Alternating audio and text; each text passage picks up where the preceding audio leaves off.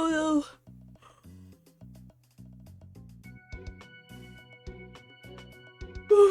Sorry. Yeah. Somebody EP again. Somebody still have sleeping problems. Hello, and welcome to the stream. I hate the sound. Why is it called suspicious sound? Okay, I was trying to find a song to put on the background because I have a lot to yap about. Because when I loaded my save, it didn't have any music, and I wanted to be on the opening of a stream for a while. So I need to find a song that's not gonna distract me, but you know, still gonna play. Why is all of the music like this? It's just so weird. It doesn't feel like a finished musical composition. I mean, no offense. It doesn't said to be offended to somebody. It just sounds... It just sounds like background music. In a kinda sense. No, give me like something really not noticeable, so I would stop being so obsessed about finding a good one. Distant. Oh, okay. Let it be this one. So, for the last couple of days, I was trying to get into Japanese idols, and I listen quite a lot of idol music. I mean, not that much, but I listen to quite some music. And today, hi, it's Anthony Fantana here, the internet's busiest music nerd. And today, we are reviewing music. I'm actually recommending music. So, are you ready? So, most of it is idol music. And what you need to know about idol music, or at least what you need to know about me assessing idol music, is that I feel like it's more of a flavor music than anything else. When I go to listen to idol music, I don't expect for it to be like best music I've ever heard. But I expect it to be really fun and cute and like flavorful. Do you understand what I mean? So be fun, be cute, have some sort of flavor, and don't be shit. I don't know how I define. Why am I frozen?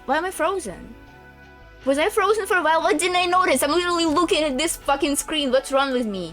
Why am I frozen? I'm gonna freak out. Oh! I'm actually not frozen. Oh. Okay, now it's working. They're connected?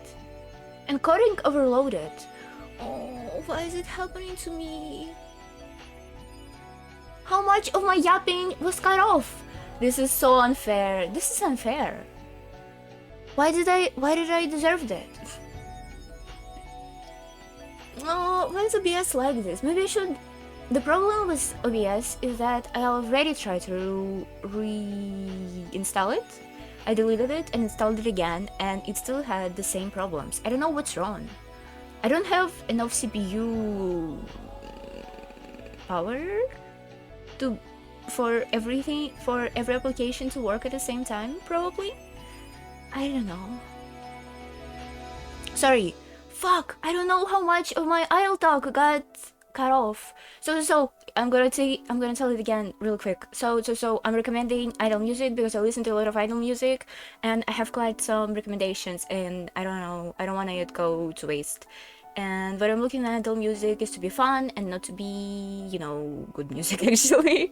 No offense to idol music. It's supposed to be quirky. It's not supposed to be like fucking Mozart or something, or Eminem, or early Eminem. Excuse me. Early Eminem is quite good.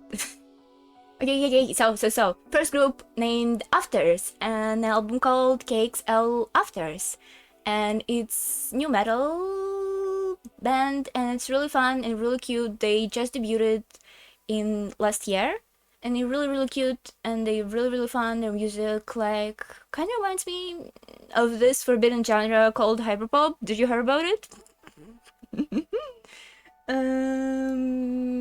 Whoa, now I don't have anything to say about it, huh?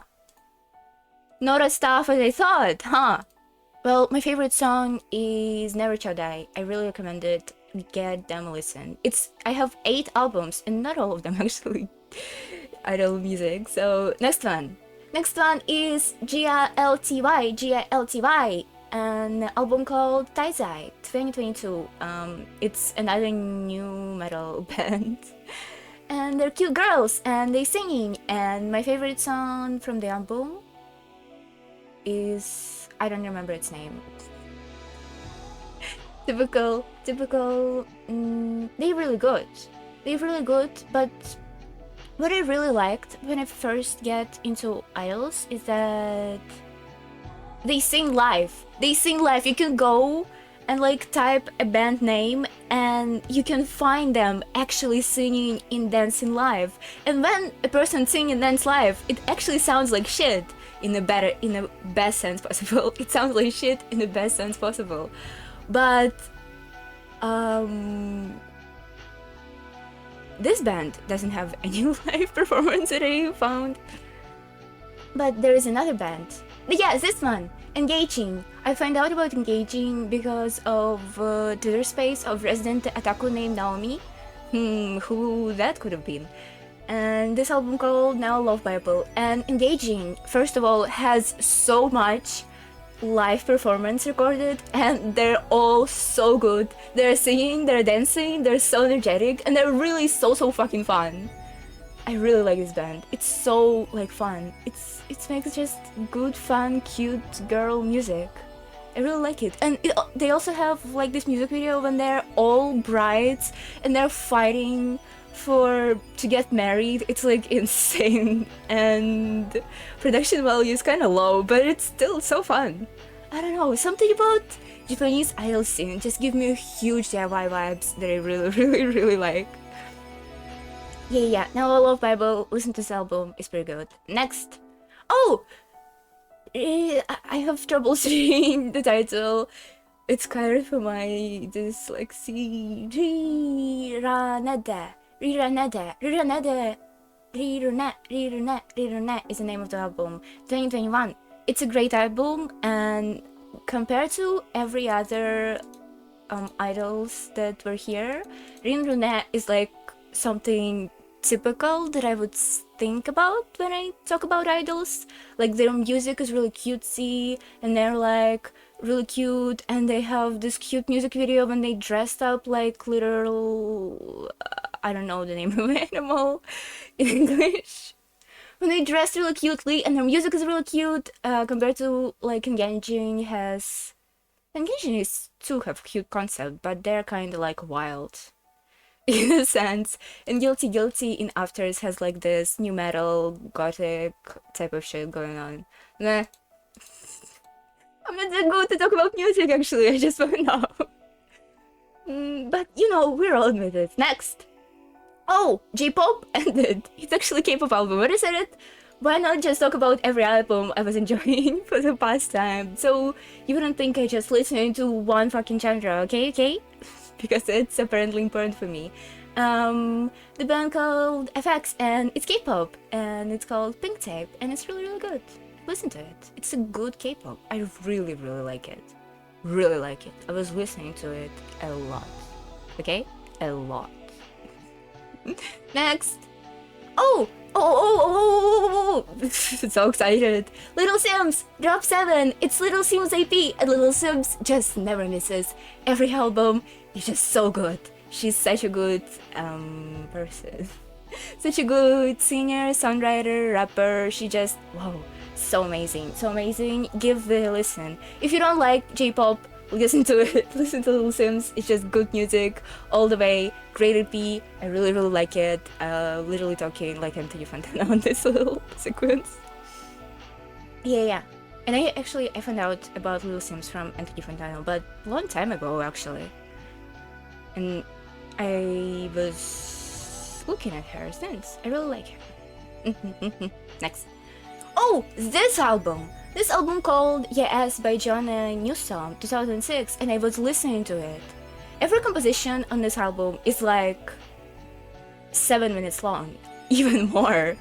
And I was listening to it when I was in pain in the beginning of the last week. I was really in pain, and I was just listening and listening and listening to this album. And it has a lot of lyrics, and it's kind of like folk pop album.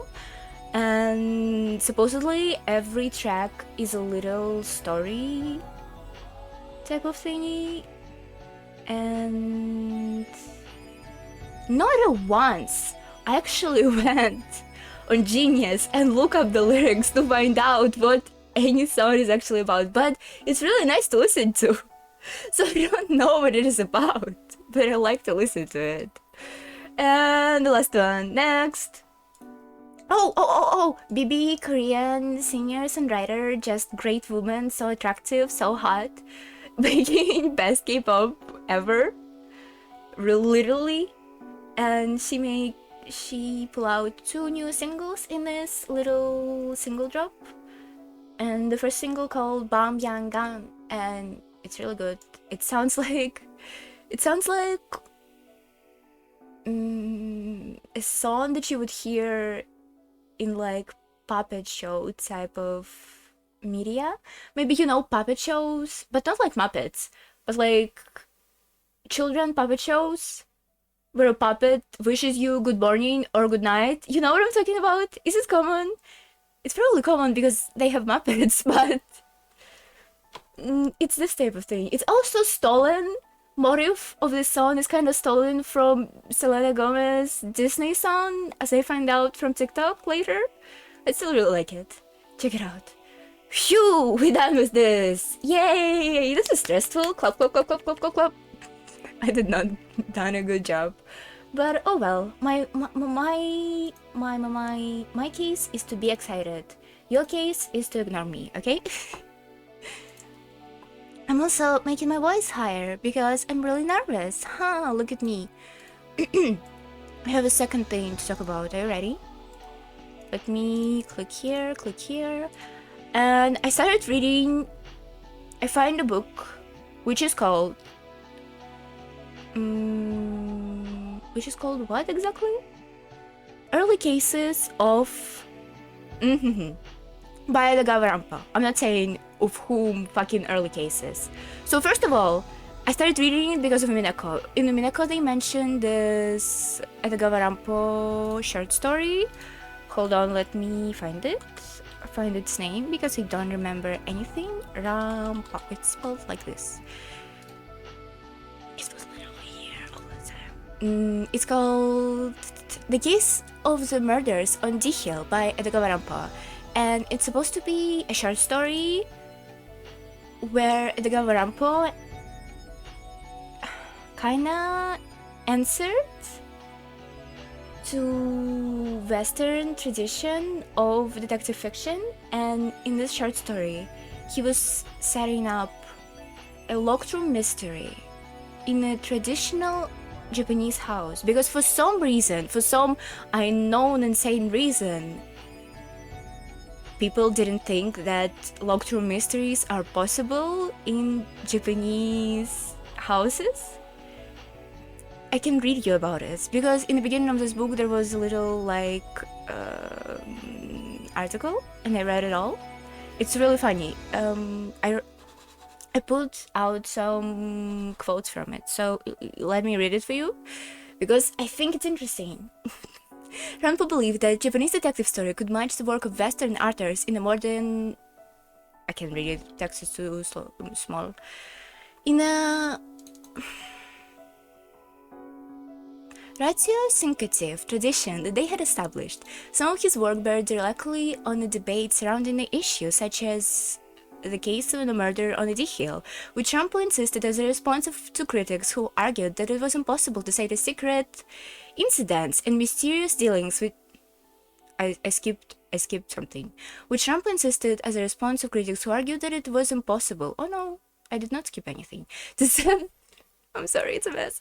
To say the secret incidents and mysterious dealings which form the core of a modern Western mystery in the open, wooden paper houses of Japan, and that it was thus a natural result of a Japanese way of life that Japan should produce no strong mystery tradition of its own. This is insane. Like, what is this? How is this possible? By constructing a genuine locked-room mystery in a Japanese building, Rampo hoped to demonstrate that the Japanese people who love the crime dramas of Onanboku and adore Rukio Kuroiwa's translated mysteries don't hate detective stories just because they live in houses of paper and bamboo. This is crazy. I don't know if we actually can believe it, but if it's true, this is insanity. Like, what? Why? Do you understand when I think it's so crazy? Like, human imagination doesn't have any barriers. Why the fuck would you think ever that you can set up a murder mystery in a Japanese style house? Like, this is insane. Okay, so I was reading this article, and then I was like, huh, all those names sound really familiar. And I was like, the most famous of these urban wanderers and the subject of this collection is character of Edogawa Rampo named Akechi Kogoro. Akechi is Rampo's great detective, Mentante, and a character most strongly associated with Rampo in the public consciousness. I was so agitated by this. I was going crazy. You might think it's irrational, and I totally gonna agree, but Jesus Christ, his name is Akechi fucking Kogoro. Baby. Is it fucking Persona reference? I'm going crazy. I can't believe that they named character of Akechi Goro in Persona 5 by fucking real ass detective whose name is Akechi fucking Kogoro. This is insane. This, for me, it makes Persona 5 even worse than it is. I'm sorry. It just makes this character even worse. Like, how you make a pretentious character and named it after fucking real fucking detective. This is insane. They also give Akechi a recurring nemesis in the person of Kanji Noji Menso. Really hard to read transliterated Japanese names. Yet again, the fiend with the 20 faces, a devious master of disguise who adheres to the strict code in his theft of precious artworks. 20 faces is not a Moriarty, but a Lupin to Akechi's homes. What is this? How could they do this? This is so insane. I mean, it's not insane. It just... What makes me so, like, agitated by this is, in the first place, Edogawa fucking Rampo is the name that he took after the Edo River. I'm sorry. That he took after Edgar Allan Poe. So it's so crazy. And then they went to Persona and make this character whose name is Akechi Goro from Edogawa's Rampo, Akechi Kogoro. Like, this is so BHK type of shit. I am sorry. This is such a juice for me. Like, it's so good and it's so bad at the same time. I'm sorry, I'm reading more of what I put here. Akechi Kogoro himself is from a first somewhat ambivalent in relationship with lion morality. Like Rampo, he is not amoral, but he does not always appear to attach serious weight to his moral judgment. In both the case of a murder on the D Hill and a black hang gang, it's another Edgar Rampo short story, Akechi decides against revealing the identity of a criminal to the authorities, a decision he makes several more times in his career. At the conclusion of The Dwarf, another Edgar Rampo story, he suggests that he might be willing to deliberately subject Justin in service of his own personal feelings. It's actually such a good concept. Akeshi's interest in crime is intellectual rather than moral. And like his creator, he is willing to pass judgment in the study of human nature. I'm so excited to read this book. I love this concept. I love when a detective is here for his personal feelings. That's such a great shit. They not do it really often. It's kind of like a trolley problem, right? And for some reason, detectives always really moral and really justified. I'm trying to think of another, like, moral detective. Aside from Akechi fucking Goros and Kogoros. Ah, Frodo for sure. Frodo Frodo. Okay, I'm sorry. I'm sorry for yapping for fucking 20 minutes. I'm sorry. We're going to Umineko. We're going to Umineko. Running. Oh, I didn't pour myself any water. Hold on. We gotta load our save. And I'm gonna pour myself some water. Wait a second.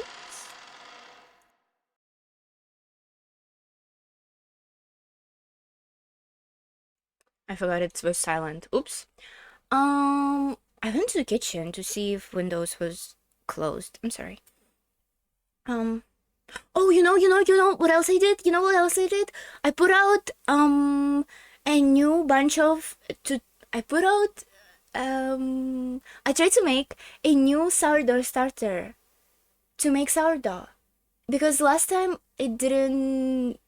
I couldn't do it because the flour that I used was shit, and I brought a new flour and I put it to work and it started working. I actually could make sourdough. This is so exciting, but nobody cared about it. Actually, I told everybody I could that I'm making sourdough and it looks like it's gonna work this time, and nobody was impressed.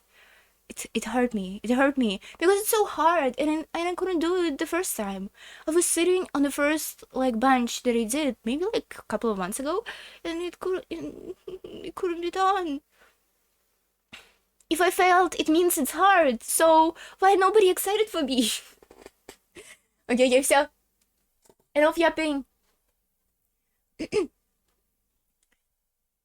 Frederica. Oh, we were talking about cheese. I remember. I also misspelled word view last time I wrote it on screen. I'm sorry. I noticed it before in a wallet. It's quite embarrassing.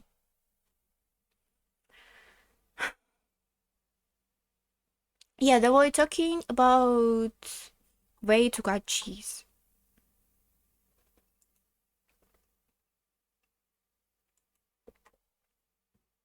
And the answer to the riddle is 3, as we find out last time. But Butler is saying that he can do it in 1, which is insane. And Frederica is like, yeah, he is.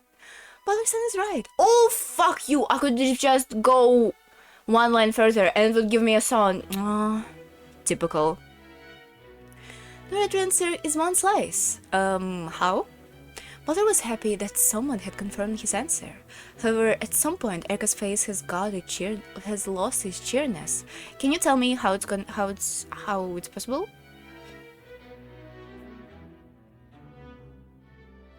Wait. It's gonna be what?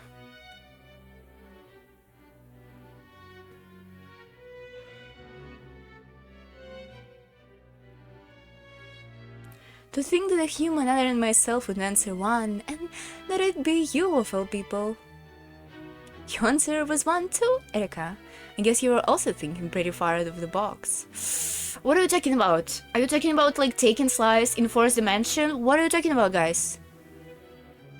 It would be pretty foolish to arbitrarily decide the shape just because you heard it was a piece of cheese. You motherfuckers. No way you're gonna use this. This is insane. Crazy people. That's impossible. Onishi got it wrong, didn't he? How could you cut it into 8 pieces with less than 3 slices? How foolish, child of man. It says it to cut it into 8 pieces, but nowhere does it say they have to be equal size. How it's gonna help me? It's still impossible. Do you cut it with something other than a knife? The rules say that only the knife can cut it, and that the knife can only cut it in a straight line. However, to turn it around, the rules do not say anything beside that. In fact, the shape of a cheese is never specified. You can't just imagine shape of a cheese to be already kind of pre-cut for one. That's annoying.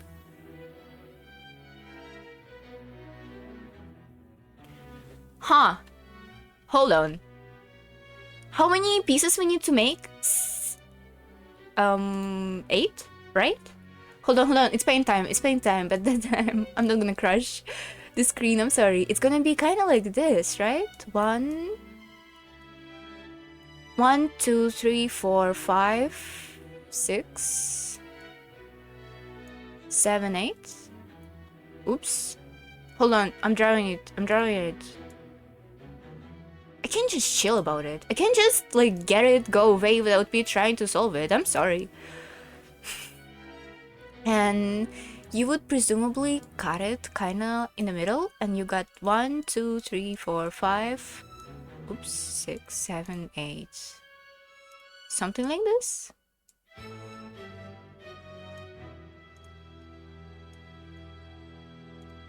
Oh my god, doing it with mouse is so annoying. Hold on.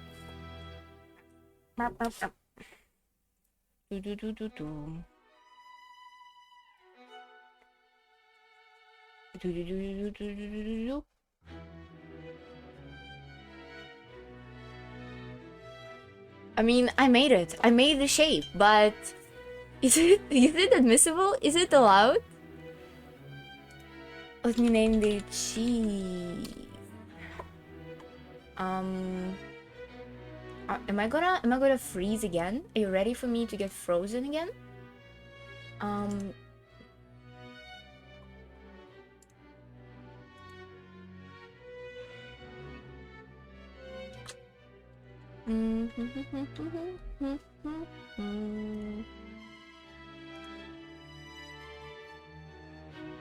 Is it frozen? Did it froze?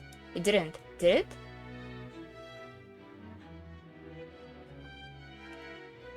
Okay, hold on.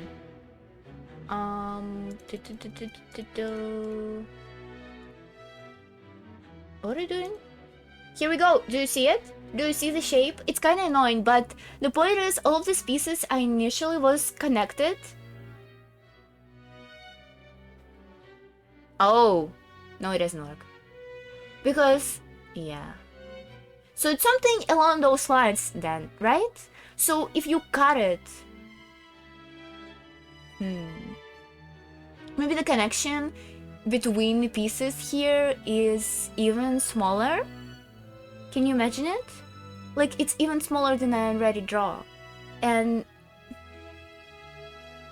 oh, maybe it is connected, but fuck. I wish I could just pull out the paint of those places where pieces kind of touch each other between horizontal pieces, touch each other vertically. Maybe those pieces are already pre-cut. Because it doesn't specify the shape. Shape could be almost anything. It's probably look kind of like this. Okay, that's enough. I tried. I get it. Do you? Or you get it my way? When you all heard the last piece of cheese, you thought of a flat cylinder, like Camembert. No, I thought about triangle, like Tom and Jerry style. Meep. Hold on. I'm trying. Can you stop? OBS, can you stop? It's so annoying. It's so annoying. Can you Oh, now it's working. Sorry. You thought of a flat cylinder, like Camembert. I was thinking about sliced cheese, like a kind of you might put on your toast for breakfast. Okay, fuck me, I guess. What? After all, I don't usually have anything to do with full block of cheese that you could cut with a knife. What does the sentence mean? I don't usually have anything to do with full blocks of cheese that you cut with a knife. Butler doesn't have anything to do with cheese, okay? The shape of cheese isn't specified in the rules. A mistake by the ones who made the book. I imagine that there is a picture of a flat cylinder of cheese here in Maria-san's book. There is, right here. Are you gonna show it to me? As Erica had guessed, the book Maria held had an illustration of a piece of cheese just as Erica had described it. Which cheese of its shape, 3 slices really would be the correct answer. You cut it in a plus pattern from the top to make 4 pieces, and then cut it from the side to double that and make 8 pieces. However, since this illustration hadn't been shown, the interpretation of a cheese had been left to the answer.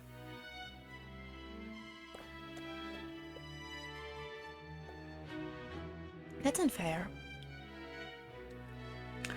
That is right. When the problem has started, I never said anything about what cheese shape was or how flexible it was. Exactly. It seemed that Butler's son was the more flexible one when it comes to both brain and cheese. She's so good. Just every quote. Pure gold, pure gold. Butler's son seems to be very flexible, both brain and cheese. Oh, imagine she had like a British accent. I'm having a blast with myself today, I'm sorry. I don't get it. How does making it sliced cheese let you cut it into 8 parts with a single knife slice? You stack pieces on top of each other? Maybe? Let me try it with a paper napkin. Pretend... Oh. It's not supposed to be like this. It's unfair. I don't think it's following the rules, right? It's a separate pieces of cheese. It's not one big piece. If you glue pieces together, it's not gonna work. It's a cheese, guys. It's like this. The fold in accordion style. How many times do you need to fold it to make 8 sections? 6 times.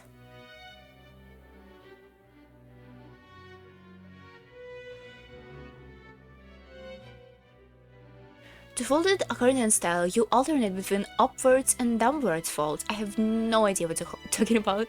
Once you've done it with 6 times, it looks like the side of the accordion. With normal cheese, I'd break it if you try to hold it like this, but the rules say that this cheese can't break unless you use a knife, right?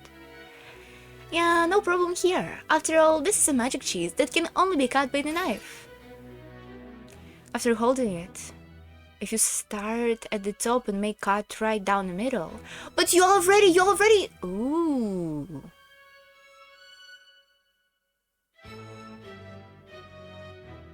Okay. That does make a lot of sense. So it's...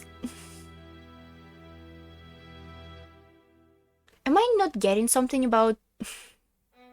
about pre-sliced cheese? Hold on. It's being time.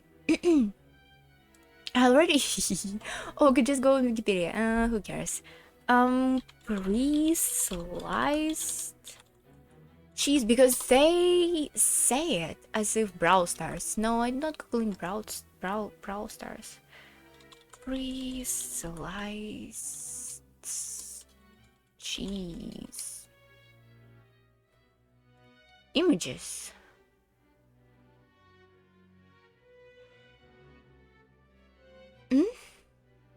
But those are separate. Oh. Huh? Is this like in a one long ribbon or something? I never knew this cheese existed. Is this? Because what Butler says is not gonna work when pieces are separated in the first place, but it does seem like it's one huge slice. Huh. Okay, that's cute and interesting. First time of me hearing about this. There are 8 parts. Wait a second. The parts aren't all equal this way, right? All the questionnaire said was to cut it into 8 pieces. They didn't say anything about them being equal. Well, if you change the way you fold it, it is possible to make them all equal sizes, but I wouldn't want to confuse you stiff-headed people with the explanation. Your voice is fucked. Everybody, why are you so bewildered by this fucking cheese, guys? It's not that deep. She's not a genius for knowing this. It's not that deep. Like, at maximum, you would say, "Huh, that's interesting," and move on. Why are you all looking like this, guys? Butler had reached a far better answer than 3 by thinking of a problem as a riddle. Erica had already known both answers and had been spotted a mistake made by the book. The book didn't make mistake, though. It just made it ambiguous, because everybody would thought of a normal piece of fucking cheese, you know? The other people could do nothing but stare at those two in surprise. So dramatic. Incredible. It's not that incredible. So we were stiff-headed ones? You weren't. It's just the child riddle. Who gives a fuck? What a failure. Oh my god. We were thinking in 3 dimensions, but it looks like Butler-kun and Erika-chan were thinking in 1 dimension higher. Yeah, they did cut it in 4th dimension. Yum yum yum.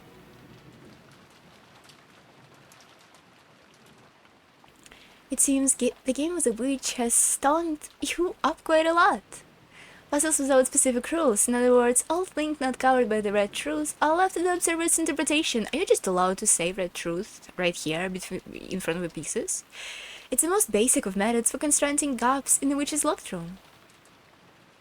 What are you talking about? Is this a quote from some novel? Yep, it's called Umineko Nakakurani. Well, let's call it that for now, shall we? Anyways, I guess this means that all your brains are as stiff as a rock-hard cheese. In this episode of Erika Furude going for a case, Erika Furude only make unfunny cheese puns, and I'm the only one person who's gonna laugh at it. Oh, there is something really appealing in unfunny jokes. Like, so appealing. But only when in some context. When somebody just says a joke, "Oh, do you want to hear a joke?" And they tell you a joke and the joke isn't funny, you're kind of like... But when it's in the middle of something and it's really out of place, you can only laugh at this. I love awkward shit. I'm a big fan of awkward shit. Without any signs of restraint, Erika looked at everyone and laughed sarcastically. I love her. Only Maria didn't notice the venom in this laugh as she happily turned to the next page. Can you imagine she thinks she's better than anybody else because she fucking knows how to cut cheese? Then on the next problem, you have 3 cups and 6 coins. Split up the coins so that there are 1 coin in 1 cup, 2 coins in another cup, and 3 coins in the third cup.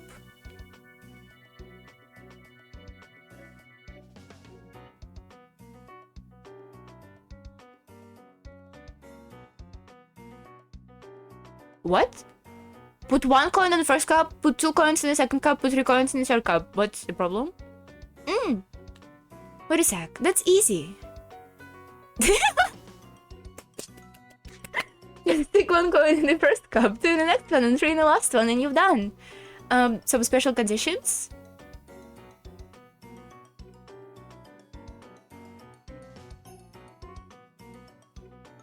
However, can you do the same thing with only 5 coins? What? I don't get it. I'm sorry.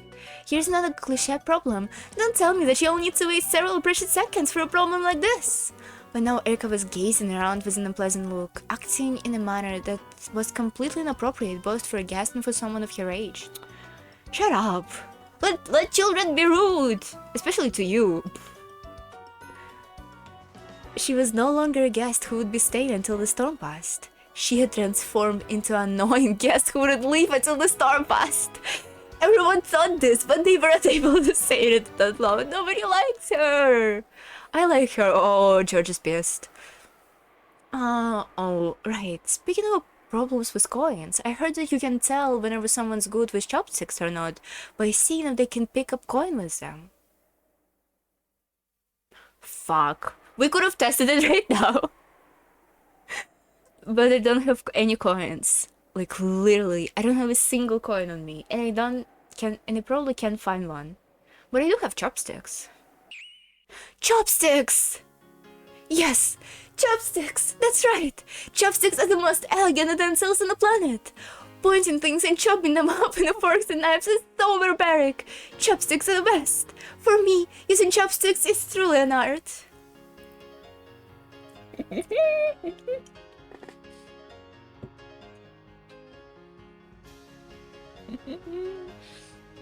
should be careful already. Before stream, I already nearly died while drinking tea. I should cheer. Jessica was about to say, isn't chopsticks just a stick? But stop yourself just in time. She realized that it was best to let George take control for now. She's so bad. I have some change here, so would you like to challenge me? I'm pretty good with chopsticks. That's right. We trained George very well with chopsticks. You literally Japanese. What are you talking about? No offense. No offense, but you're literally Japanese. True. Wanna bring in shows in our table manners. Erika sounds very impressive yourself, is she? I'll lend you some coins too. I'll probably be more fun with more of them. Jessica, watch closely and learn. Cram it already. Alright, let's go. Let's see who can move the most coins over to their plate. Bring it on! Chopsticks, chopsticks! Haha! She's so cringe. This time George has steered the conversation into a good direction. Erika would be a person who said, "You are my little pogchamp." Oh my god, Erika is my little pogchamp. We didn't fall cringe today, I'm sorry. Everyone else understood and they helped to egg on this chopsticks fight and change the subject. They were fully aware but now that Jessica was extremely proud of her intelligence, and apparently she had a bad habit of using that to look down on other people. What do you mean bad habit? Let bad people be bad. What's wrong with it?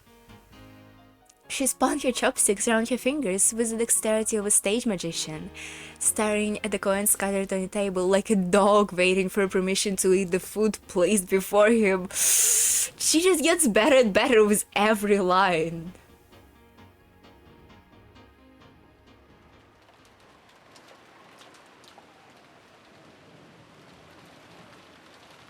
I detest past me who dislike Frederica. Now I'm number one for Frederica fan. Well, Beatrice is out. Sorry. The unsettling sound of a wind has now blended in with the sound of a rain, resembling the howl of some monstrous beast. Oh, are we back to Butler? Just when it seemed to be crying out sadly, it would suddenly turn to a roar and rattle the window, striking up even more fear and unease with me. Light from the hallway poured in through the thin crack of a slightly open door, and it seemed to carry with it laughter that was warm and happy, but very distant.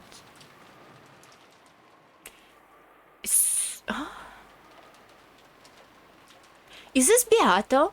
Is this... It couldn't be Butler, because Butler is right now laughing with the family. Is this Beato? Is this implies that every time Beato was on an island...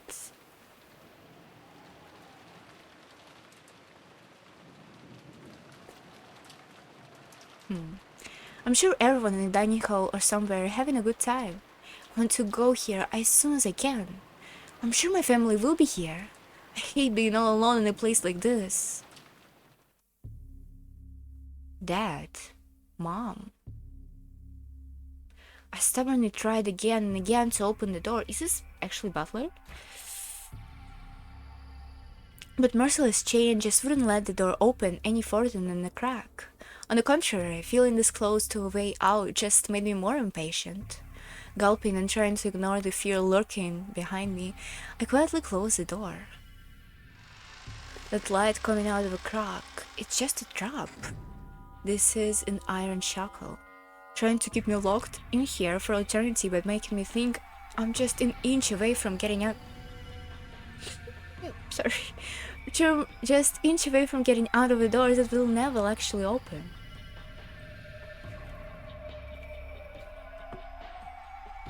I need to get out of this creepy room as soon as possible. When I closed the door, all that filled the room was the eerie sound of a wind and rain. The way the wind picked up every now and then and shook the window frame felt like a monster in a cage shaking the bars. I was so scared of this monster, I couldn't help but avert my gaze from the windows. Gotta search. If I can't get out of the door, I need to find another way out. Just to the side of the door was the closet. There was only enough space inside to hang overcoats. Of course, it didn't connect to anywhere outside the room. Ooh, he trapped in a closed room. Is this where hide and seek? It'd probably be fun to hide in here. However, inside the creepy room, it would be no better than stepping into my own coffin. If I go here, maybe I won't be able to get out of the closet next. This nonsensical fear sent a massive shiver up my spine, and I closed the closet door in a hurry. There is one door left. When I opened it, there was a bath and a toilet. Of course there was no exit. There weren't even any windows. If I turned out the faucet, water would probably come out, then disappear down a drain and flow outside. But I couldn't get out this way. Unless I went to the bathtub and with the stopper pulled out of the drain and smashed my flesh and bone to bits. I had the feeling that this was the only way out. So the black stopper in a bathtub drain looked extremely terrifying. I tried a lot of things, both mentally and physically, but there really was no way of getting out through the bathroom. And that was left was the window. The view through the window was pitch black darkness. The fierce winds and rain was slamming against the glass. The darkness on the other side of the window may have been unsettling, but I really didn't care where I went as long as it was outside this room. However, the window was clamped shut. Right down the middle of the window, which was made to swing open like a set of double doors, was several ugly metal clamps. It was even more unnerving than a chain on a door, like a rough operation scar on some bizarre monster. The wind and the rain slammed against the shook of the window frame, making it creak loudly. However, unlike the door, this wouldn't open even a crack. I've had enough. Give the rest already. What the hell is going on in this room? I've had enough of this creepy room. Enough, enough, enough, enough! It's impossible to go outside except by the door and the windows. And compared to the thick doors, the window looked like it might be possible to break. So he trapped here for him to understand locked room mystery? Ouch. A second. Meow. Meow, meow, meow.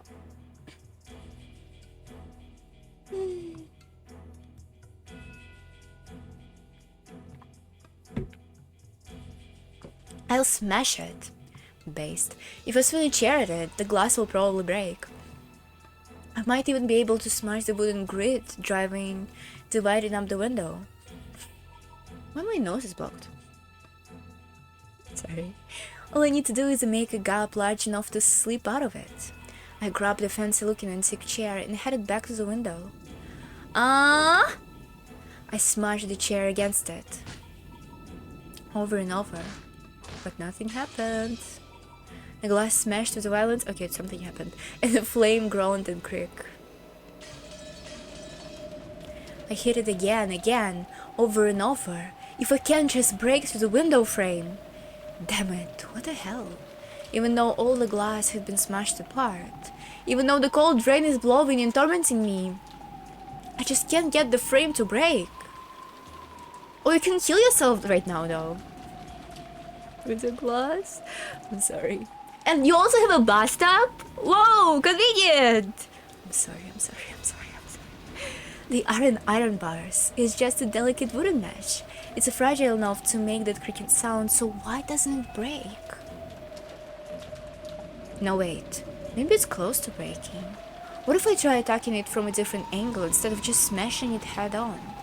I stuck my left hand outside through one of the holes in a broken window, grabbed the frame from the front of my right hand and tried to break it by shaking it around from both sides.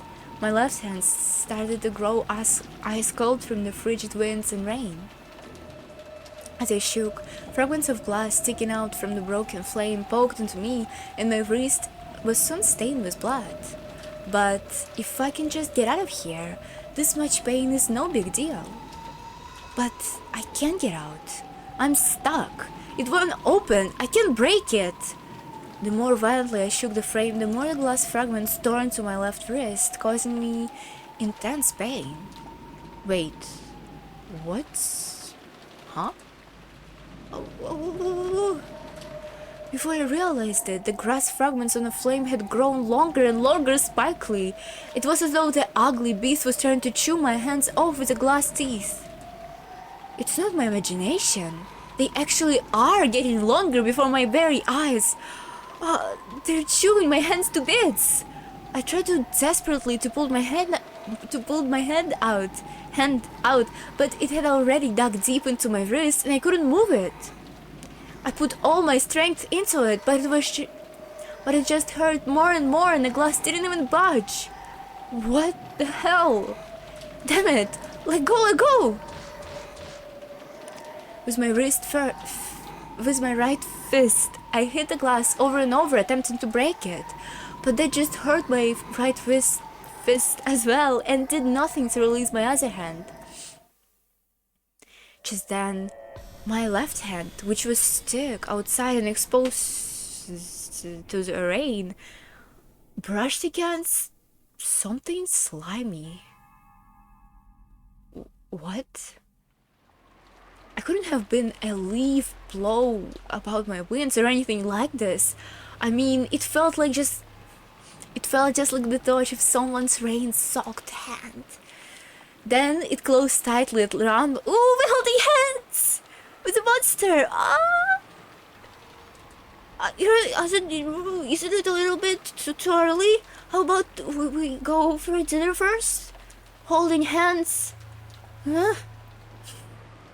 When I left the 5 fingers, I knew that some person out in the darkness was touching my left hand. Hazukashi. And yeah, I know who it is. Oh, it's a witch! It's a witch! Yay! The terrifying witch who controls Yokojima's night. Yay, she's touching my hand. I'm so lucky. The 2 hands soaked in the freezing rain gently creased my left hand. However, though, I could tell this was happening from the touch. I couldn't see anything out here in the darkness. Then it felt about my fingers and bent my fingers upward. Oh no! Oh, it's gonna break my... No! I'm sorry, I'm gonna take you to dinner first. Please, don't break my fingers. Oh, this is awful. In a moment, I saw something in the darkness for the first time. It was white. The darkness grinned and bared its white teeth. Then, the mouth full of eerie white teeth approached my bent back fingers. Oh, so just break them? It's not enough for you, okay. And opened wide. It must have been laughing at me from the darkness. After all, its creepy mouth had twisted upwards in a huge grin. I had a horrible idea of what it might be trying to do to my finger. A shiver ran up my spine. I resisted as much as I could, but the fangs of glass just wouldn't release my left hand. And then...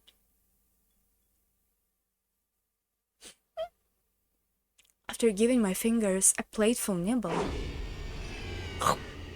chomp! Cute! I wish it was me. It bit down hard, crushing bone and tearing away flesh all at once, and bit it off. Crunch, crunch, splat. Oh, it's spotted! Eat it! At least, like, you know, lick the meat from it. What the heck? She just throw it away. How am I gonna get out of the locked room mystery if I don't have a hand? So unfair, so unfair. Did you hear something just now? I think I heard it too. It sounded like a clunk. It's probably just the wind hitting the window. It's a beautiful mansion after all. Yeah, it's pretty creepy. I remember spending a lot of nights all scared that the witch really was walking around the mansion when I was abroad 6 years ago. Exists! Beatrice exists! What's the other half of this hallway? There are guest rooms here, but they aren't being used now. Yeah. After all, we have the guest house now. Prior to that, we would always stay in these guest rooms. Yeah, I remember it too. When I saw the guest house today, I was surprised at how beautiful it was. Well, that's because it was just built. I wish I could move in my own room over here. Shannon, Erika-san's room is in the guest house too, right? Yeah, we have prepared a room for her in the guest house. And you say the guest house is a good distance away from the mansion. No matter what kind of trouble happens, we won't be able to hear what's going on in one from the other. Are you still detective mode? When all of us wake up tomorrow and everyone says good morning to each other, sounds as though you'll be disappointed. True. It would be troublesome if our numbers haven't turned by tomorrow morning, right? Allow me to guide you to the guest house. Most normal Erica Foudre interaction. The adults were apparently about to begin a conversation that they didn't want the kids to hear. The family conference was about to start. Oh, no butler finding a gold. Okay. As the kids and Erica followed Shannon on their way to the guest house, they passed through the entrance hall. Looks like it's pouring down its hardest right now. Wouldn't it be better to watch TV or something in the parlor until it dies down a bit? Mama said to go back to the guest house. How we have to go or she'll get mad. We'll be way more relaxed over in the guest house. Screw dealing with the grumpy voices and faces of our parents. It looked like everything falling into pieces. Erica giggled, an openly indiscreet look on your face. I'll go prepare some umbrellas for everyone. Please wait here. Oops. Oh, just a moment. I've been curious for a while. Who might this lady on the portrait be? Well, to be honest... Oh, I already know that's Beato portrait. Still, we simply walked past it in the last game, which no fun at all. Erika whispered to herself, but of course no one heard it. This is the master's benefactor, Beatrice-sama. I've heard that she gave grandfather a vast quantity of gold, meaning that she's to thank for the Shiramiya family revival. I miss Kinzo. She was just the witch of her grandfather's delusions. They say he ghost walks in the corridor and mansion every night. Hey, quit it. The story always freaked me out when I was little, so much that I couldn't stand being in the mansion at night. Alright, that's true. What about now, 6 years later? I've totally forgotten, but looking at this portrait head on, I can feel that old fear coming back a bit. Beatrice isn't scary. At least, as long as you respect her. If you don't... Right, Sharon? Yeah. That rumor does exist among the servants as well. Rumors about servants patrolling the nights, glimpsing mysterious silhouettes of gold butterflies. Oh yeah, wasn't there one servant last year or year before that fell down the stairs and got so badly injured that they quit? There was a rumor that it was Beatrice's curse. Ooh, smug face. Jessica told it like a ghost story, trying to scare Erica, but Erica just laughed disdainfully. Come on, that's creepy. It was probably just an accident, right? Just a coincidence? It happened just after grandfather had this portrait hang here, so it was probably the years before last. In fact, if I remember, this here's a very staircase that servant fell down, right? Excuse me? I thought Beatrice's portrait was here before. I thought it was here for like at least 5 years. No? What? Did Kinzo made it while Beatrice was still alive? And what? Did Kinzo make it while Beatrice was still alive, and then only a couple years ago he put it in here? Or like how this portrait would have been made if Beatrice is not alive? Because you're supposed to have a real person in front of you to paint a portrait like this, at least. At least it's like tradition. You definitely can paint over the photo, but maybe Beatrice was alive for longer than we think she is. Maybe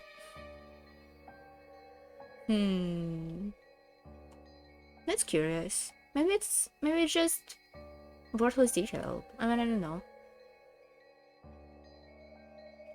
Yep. After all, this insanely huge portrait really stands out. After all it warped it up, everyone was talking about what it might be. Plus, it's a huge portrait. You need at least a couple months to finish stuff like this, right? And I don't know. If I were drawing portraits, I would only agree to paint a portrait of a person.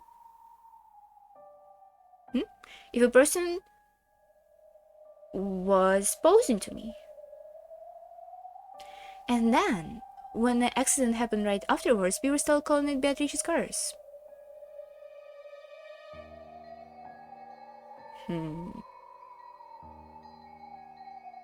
But Kinzo had the same portrait in his room, so it was multiple portraits? Okay, so you can just paint one portrait and then you can do a reproduction from already painted picture, but the first picture should be painted with a person in front of you. At least I think so. Nah, it's probably nothing. It probably doesn't have that deeper of a sense. So these ghost stories about Beatrice started after the portrait was displayed? No. Rumors about Beatrice someone's ghost walking about had been around even before that. However, I think those stories grew in numbers after the portrait was put here. Before then, even though they had heard about the witch Beatrice, they didn't have an actual distinct picture in their heads of what she'd be like. I imagine that this portrait made the picture distinct from them, straightening their rumors even more.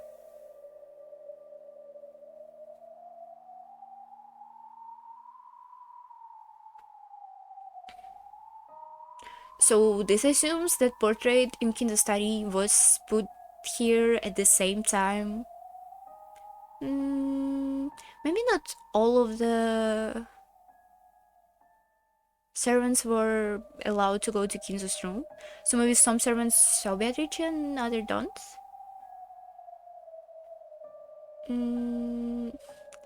I don't know. So who started all talk about the witch Beatrice in the first place? Grandfather. He bet in a rage and started yelling about my beloved witch Beatrice. No, until he saw this portrait, he had no idea what she looked like. It's no surprise that you get one or two ghost stories with a creepy portrait like this hanging around. It's beautiful, it's not that creepy. I love umineko portraits, those are really good. You always get ghost stories popping up around things like a portrait of Beethoven? I don't know how to say it. Beethoven in the music room, or a statue of a school founder. True. Given that people have been spreading time in an old gloomy mansion like this with the sound of wind and rain constantly present in the background, it doesn't surprise me that the new few ghost stories have arisen. Well, it's nothing more than a ghost story, a fantasy, a fairy tale. Or a sled in the useless drivel of a half-sleeping nitwit. Is Beatrice going to be here this time?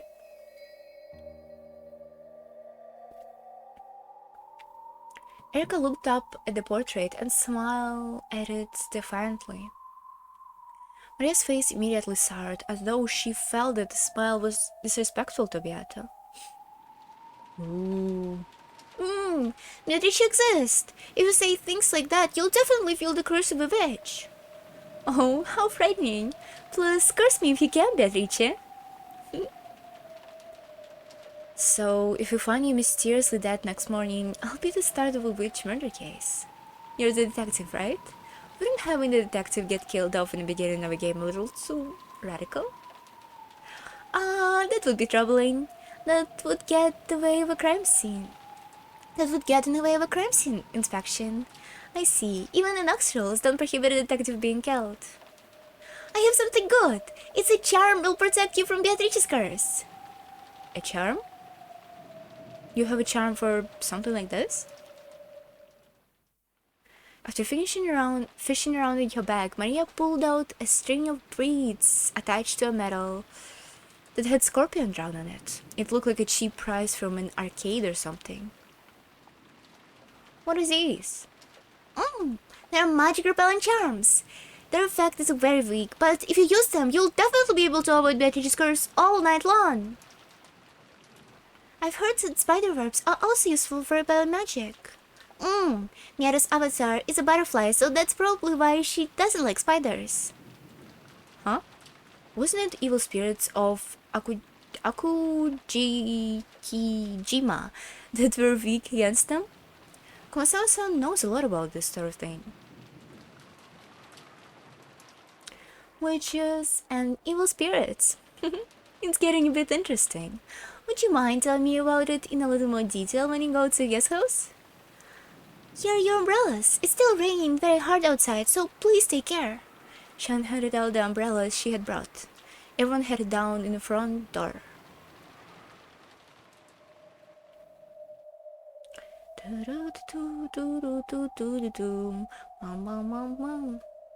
I can't believe not a single time we get an image of Beatrice portrait of eyes of Beatrice's portrait moving.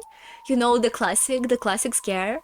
I love those. I love when eyes of a portrait moves and it's somebody looking from the other side. It's so good. It's so good. Huge DuckTales vibes. You know, this episode of old DuckTales that they go to a haunted castle. It was so good. It's probably not that good. But when I was a child, I loved this episode. I loved all DuckTales. A gold butterfly appeared. Nah. Almost. Then, expanding out into the spray of gold, it took a human form. Hi! In the hall, empty now that the children had left, Beata stood alone and silent, looking up at her own portrait. Without doubt, the figure depicted here was as like her in an image in a mirror. However, it felt as though its eyes and expression... I'm sorry. Hold on, water?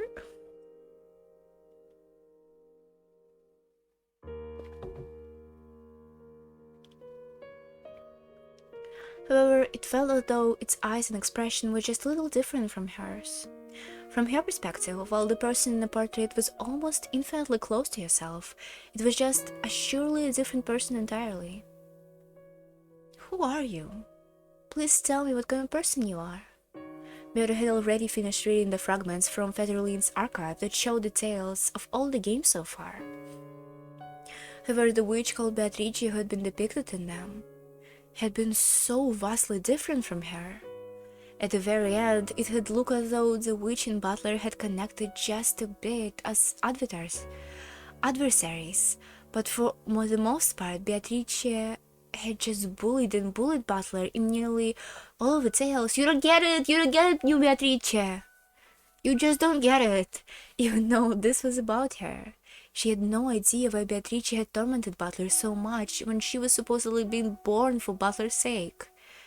All she had learned from Federline's archive was that the former Beata was a complete different person who defied understanding.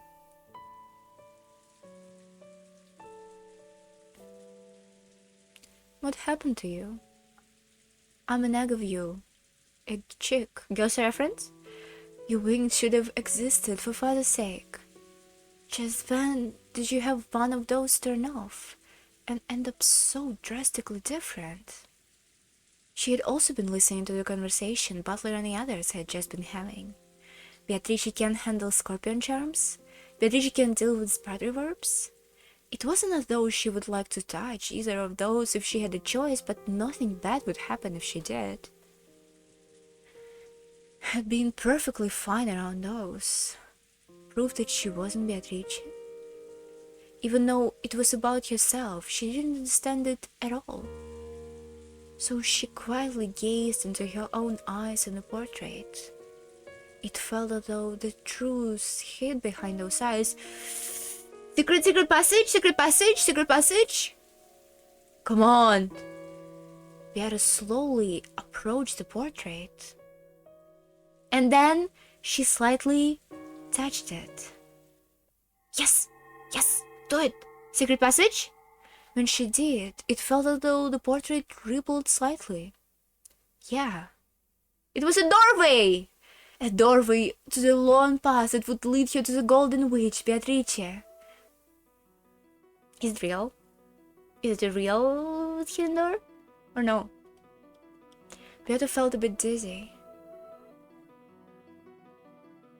A second?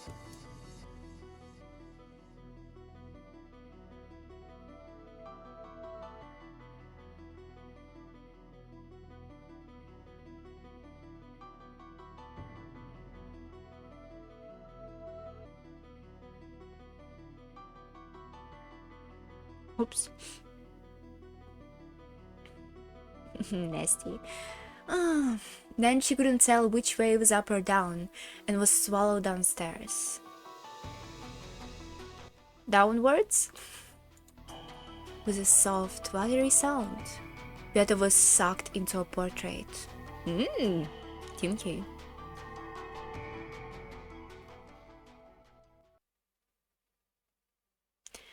The world inside the portrait was pitch black.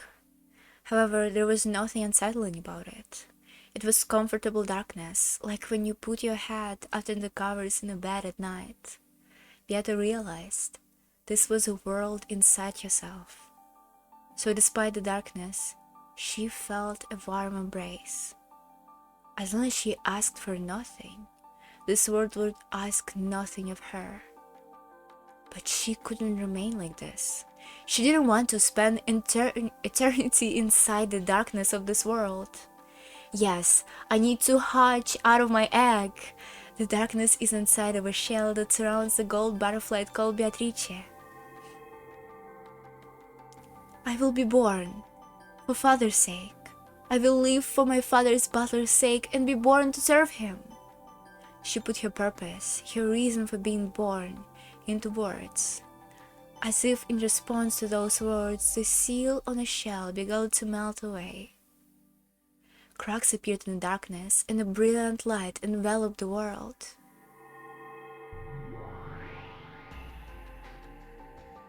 Oh, we're back here.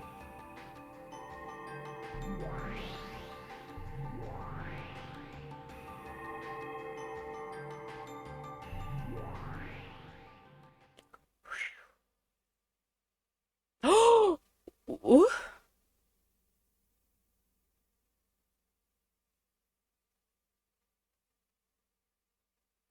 And so Beatrice was born. Huh? Here I stood, alone with another me. For a second, I thought that me in front of me was the real Beatrice, the one I wanted to be more like. However, she was looking back at me with the same bewildered eyes, so I realized that wasn't quite it. That's right. I wasn't the only one born from the egg. She was also born. She's so attractive. My twin? No, it feels a bit different. How can I put it? Both of us are lacking something and immature. Oh, you need to merge. You need to fuse. Both of us are chicks, but we are also fragments of the true Beatrice. It felt as though the two of us together could become the real Beatrice. No one explained this to us. However, we naturally understood. I decided to talk to this other me. Unless I get to know her and become one with her, I won't be able to become the Beatrice father desires.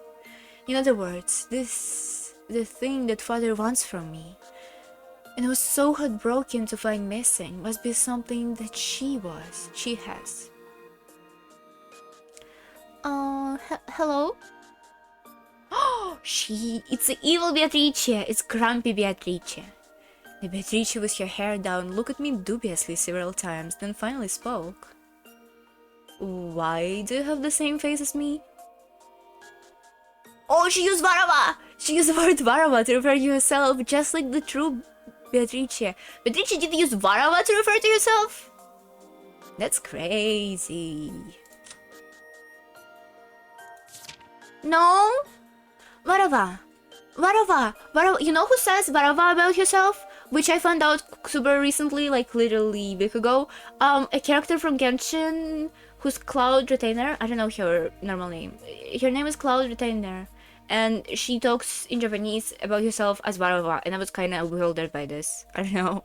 I didn't know Varava existed before this. Oh, my Japanese is not that good. Is a pronoun that Beatrice used throughout episode 1 to 4 to refer to herself. Historically, Varava, cool. I could learn something. Varava written other way. Yeah, here it's like, here it has a woman symbol up here, it has woman symbol, and down here it has, not woman symbol in it. Was the word used to refer to handmaidens, chamberlains, and children, including errand boys and girls. Oh! I feel like I saw it in dictionary recently, and it was said that varava is also used to refer to prostitutes for some reason. It's probably outdated. The pronoun varava, which derived from this means, was therefore a humble one, used mostly by women. However, in the context of modern fiction, the use of varava is stereotypically associated with noble women from olden times, and the archaisms of a choice of pronoun can use the secondary effect of imparting an imperious air on a character's speech. In a sense, it's a perfect fit for Beatrice and an important part of her whole language that makes up her character. That's great. That's a good one. That's a really good tip. It's not tip, it's whatever. Miko. Did we read Miko? We know what Miko means. I don't feel we read it. Miko.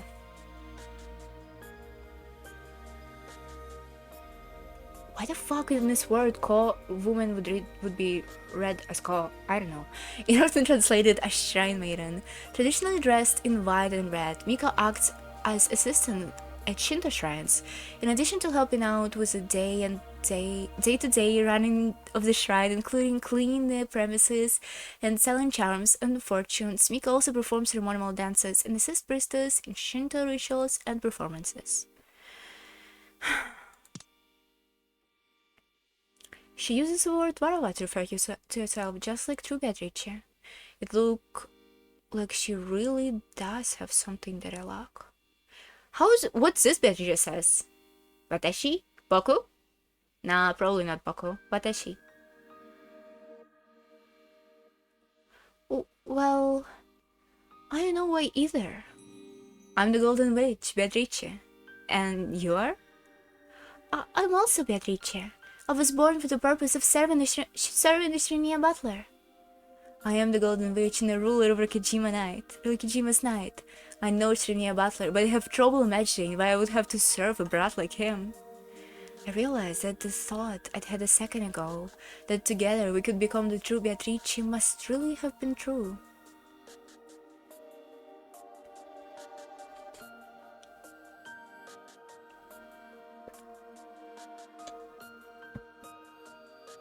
I love this part of a hero journey when hero splits himself into personalities and need to have a heartwarming conversation with herself, to get back on the track of a hero's journey.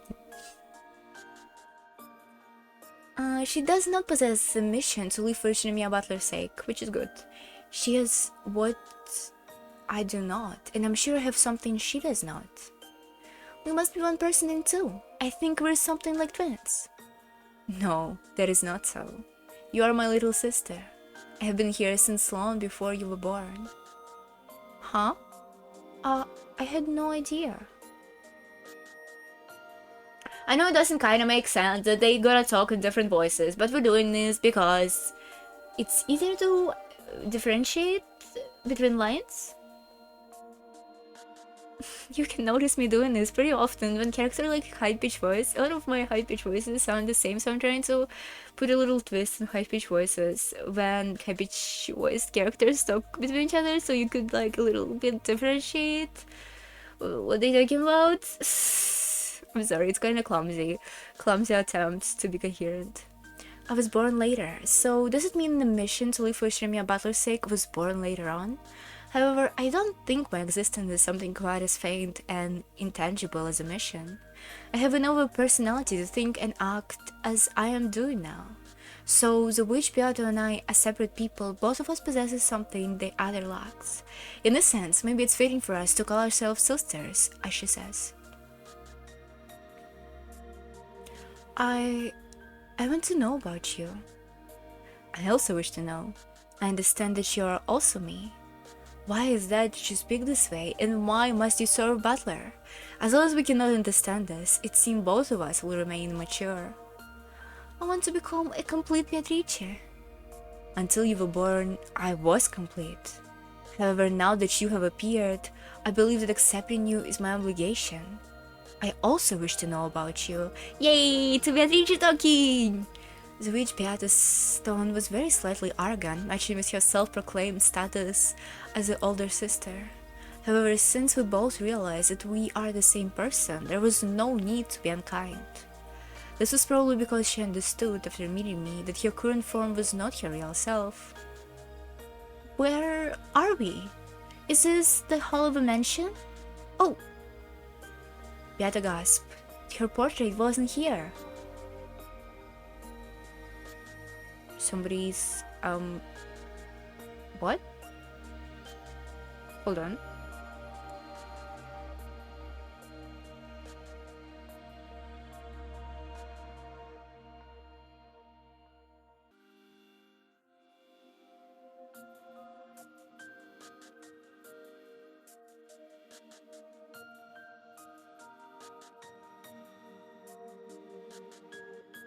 I was really happy death to the person that just did to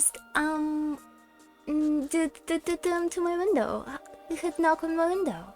Fucking political cunt. I'm so happy. I love politics. Jesus Christ, I love politics. I love politics. I love politics. I will not be opening door to you, bitch. I'm sorry. I will not be... should I wait that she goes away? I'm kind of afraid to talk loudly.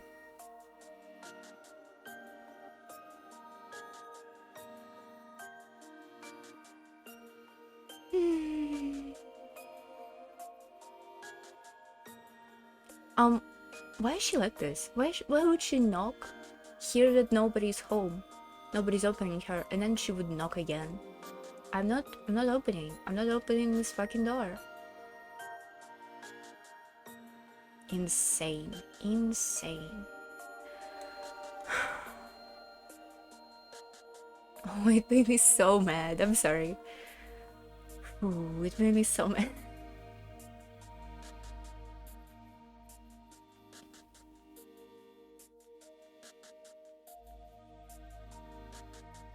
It seems like she fucked off. Jesus.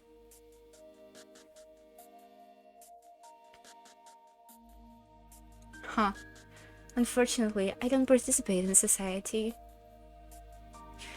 I wish I could, though. Did this mean that this was at least a year in the past?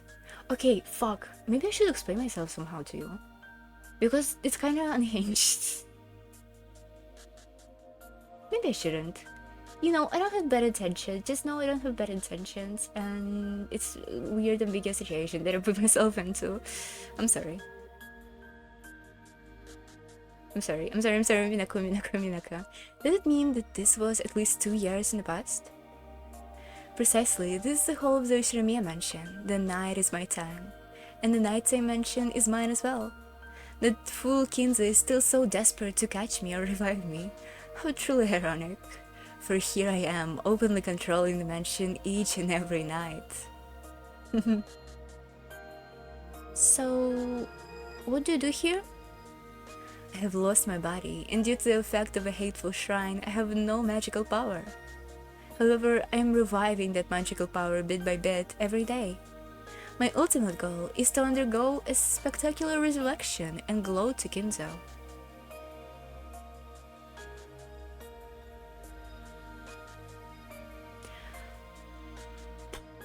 I feel like existence of this Beatrice is so complicated.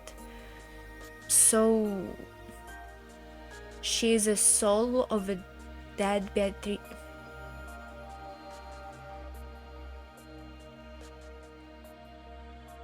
She wasn't here in the first place, right?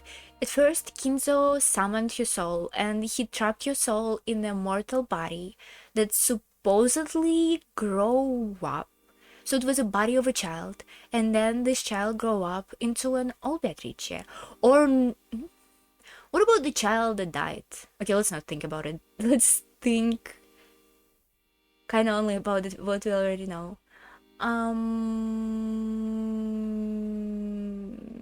She was trapped in a body. The body is grow up. Then Rosa found her. Rosa killed her, supposedly. Her soul was freed, and now the soul, but her soul was still trapped under Kejima until Shannon broke the magic mirror, right? And then after this, Beatrice fully manifested her power and started her games, right? This works kind of like this. Or is this Beatrice not the same Beatrice that was in the metaverse? Maybe naive little sister Beatrice time traveled? Maybe that's explaining this? Maybe she is the same Beatrice who's gonna start the game? Am I overcomplicated this? It's kind of hard to comprehend. What about the child that they killed? I thought for sure this child is either Butler or Beatrice. Maybe it's like one of the homunculus? Oh! No, it couldn't be it. Could it? What's the timeline? Maybe it could be it. Maybe it's little Beatrice. Maybe it's like second body that Kinzo tried to put like homunculus for a second body for Beatrice that Natsuhi killed. So timeline is kind of like this. At first, little Rosa killing Beatrice, and then Kinzo trying to do second attempt of resurrecting Beatrice, and this child is just dies. Yeah, it only works that we're assuming that all Beatrice's bodies was like grown from a little child. I mean, they said homunculus, so it's supposed to be a bunch of cells at first, right? And then the cells became a child, and blah blah blah blah blah. You know, typical homunculus shit.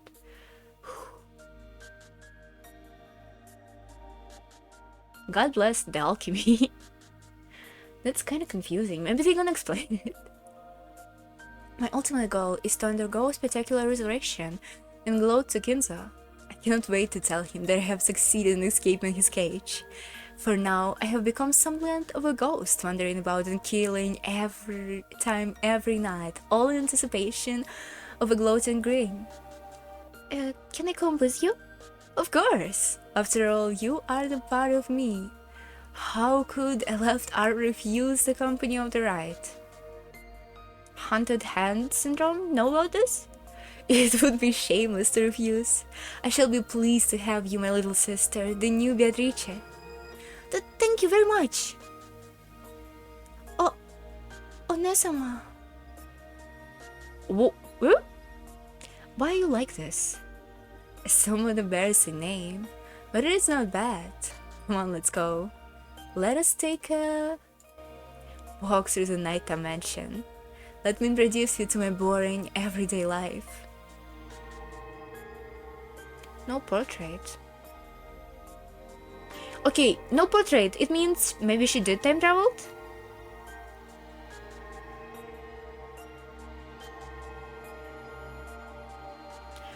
the fuck did she time traveled? Is it just... Is she just like in a fragment? Is she just visiting a fragment? Because time as a concept doesn't exist for witches. Maybe she just kind of went back in time in a fragment? Maybe? The two better should change their forms into two gold butterflies and fluttered silently into the depths of a shadowy mansion. I'm so mad still. Fucking politics, Jesus Christ.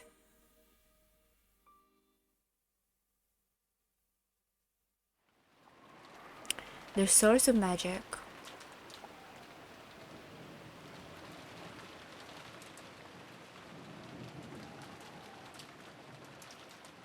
Back then, I was, I guess I still am, a bit of a klutz. I always forget where I put things. Or intend to lock something, but then forget. It caused a lot of trouble.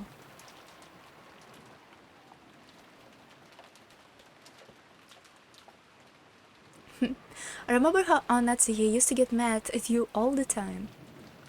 But eventually, she managed to overcome her forgetfulness. Oh? How'd you do that?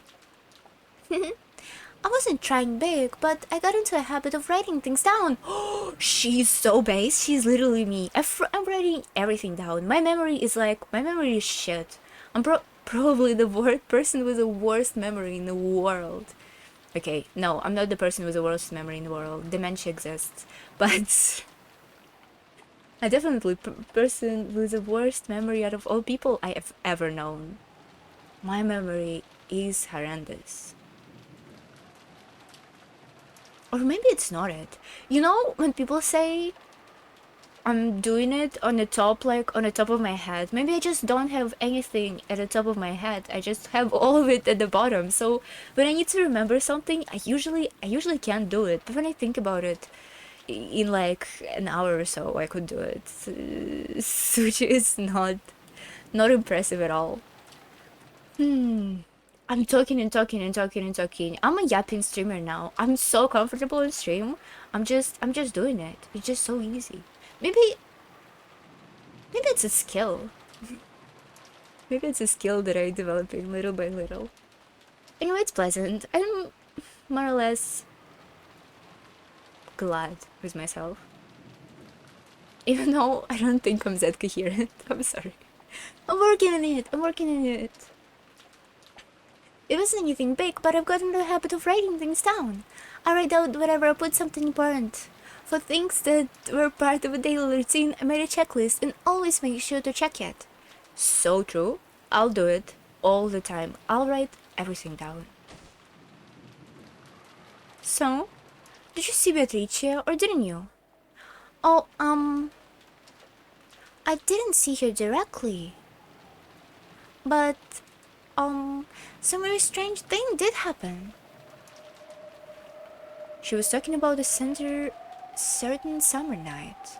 It was when Shan was doing her nightly rounds. From her perspective, it was a ghost story. From the witch's perspective, it was just a story of a little summer's night prank. Midsummer night? Rip.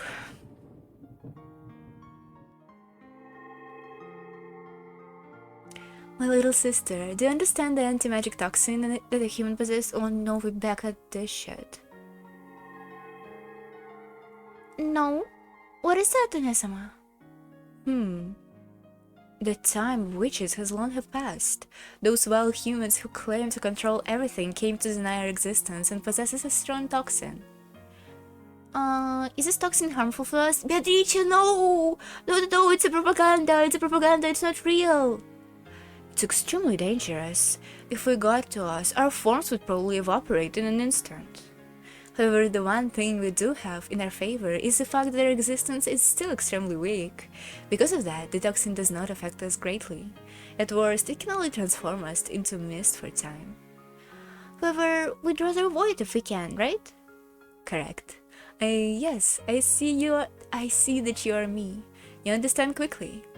The older sister appeared to be haughty at first, but perhaps because she was so happy to have met her double and little sister, she was more than willing to teach her anything she wanted to know. That would be so insane if I met my clone and was like, oh my god, you're my sister. This is so weird shit.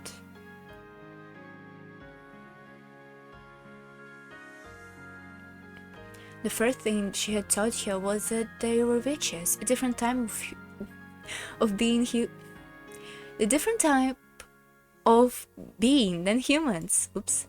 Beata had thought that she wasn't a witch because she couldn't use magic, but apparently she was still a witch nonetheless. When she was taught that a witch such as her, unlike a human, were bound to various restrictions, the greatest of those restrictions were the anti-magic toxin possessed by humans. So in other words, we mustn't enter the human world. Propaganda, Beatrice, propaganda! Human field of vision. Correct. You can't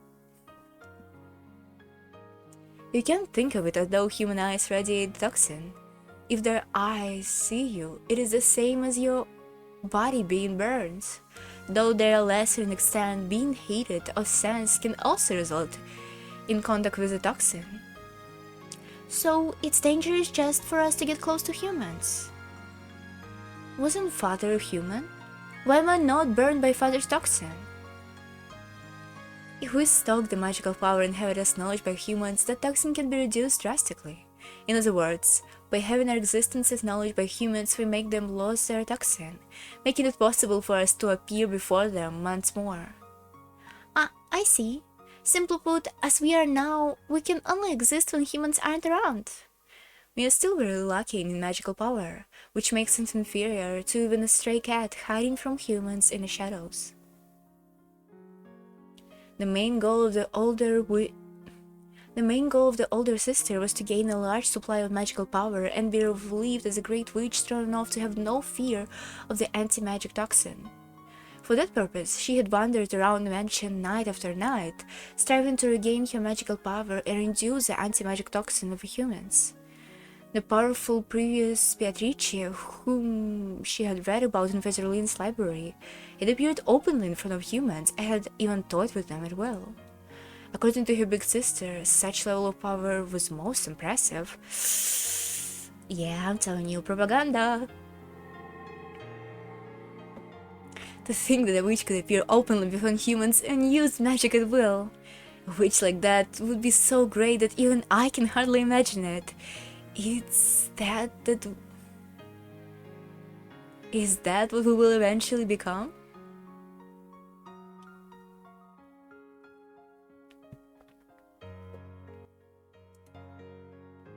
This other Beatrice is so weird. Jesus.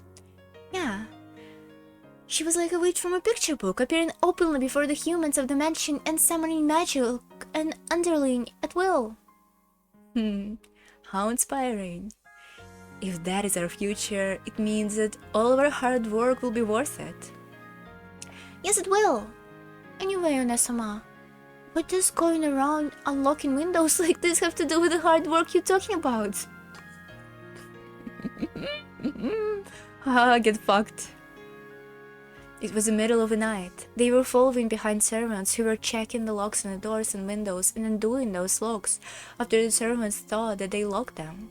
It felt more like a child's prank than the work of a witch. This is the part that leads to becoming a great witch. You're a mouse, Beatrice. What is this? All journeys begins with a single step. To those who cannot understand, that first step may look quite foolish from time to time. That's about me and my streaming. However, it is still a momentous first step.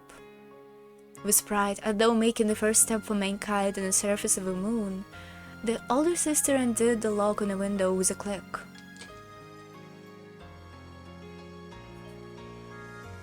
This is so funny. She's like making this tirades about power and shit and her being a witch while she's doing like little pranks around the house. She's so cute. Do you understand, my little sister? Can you not see what makes something like this, Pimentos? Hmm? No, Inazuma, I don't really understand. Elder sister closed her eyes slightly, smiled or she's pissed, and opened the unlocked window a crack. Cool outside air flowed in, making the curtain flutter. Let us put it in a toxin-filled world of humans. We are not supposed to exist on this island. I shall go further. Right now, there is no one in this corridor. And yet, not in red, and yet the lock had been undone and the windows was open. Can you see how great a miracle, a work of magic, a proof of our existence than this? Even you should understand the coolness of this breeze. I do understand. It's nice and cool. The coolness, the softness of a breeze, and the feel of a fluttering curtain touching your hair. All of these things show that we truly do exist here. So, by unlocking a window like this, we can leave behind proof that we really did exist. And that is why I unlocked them. Of course, it wasn't just small pranks like opening the window. She could also smash windows and vases, or leave behind strange fires and mysterious cribbles. Is Beatrice a cat? In fact, one time she actually did play a large-scale prank in kitchen. So bitch she was so evil, piling up kitchenware in an eerie manner and leaving behind a bizarre scribble, which scared the servants considerably. No, it's Kumasawa, she's quite old! It had been a complete success. It had been truly terrifying that she had succeeded in making the servants acknowledge the existence of magic, vacating the anti-magic toxin. Pulling pranks on old people? However, she chose to make her presence known by unlocking windows. By doing this, she could release herself from the restriction imposed by a human toxin. One day, I will.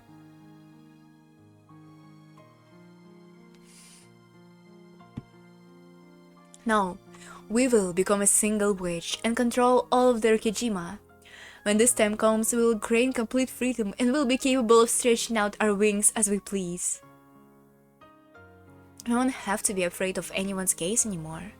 We'll be able to fly whenever we wish, appear whenever we want. Laugh however we like, prank however we like, talk with anyone we want to.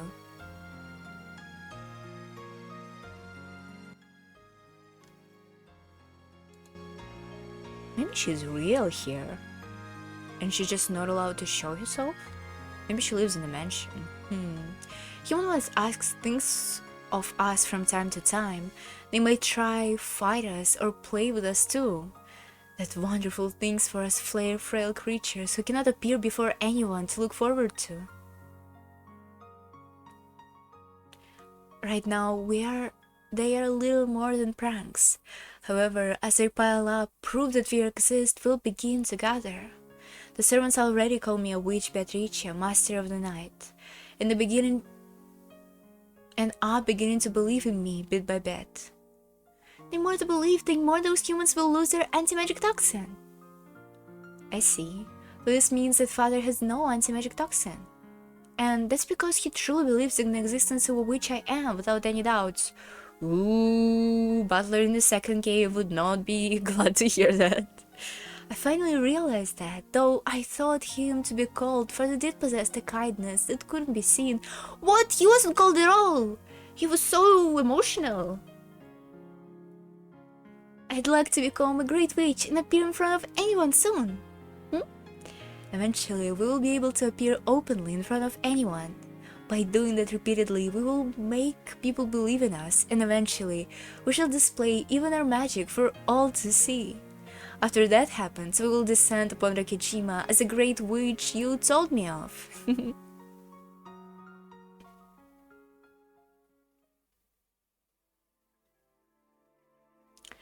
The logic of a witch's side is very interesting. It keeps me entertained. It does sound credible in a way. When humans are warned that they are about to enter a famously haunted place, a hot spot for ghosts, they're likely to start yelling ghost, ghost at the drop of a hat. That's right, all phenomena are fundamentally natural, indifferent and dull. If one wishes to have them be accepted in a certain manner, they must first create a suitable environment.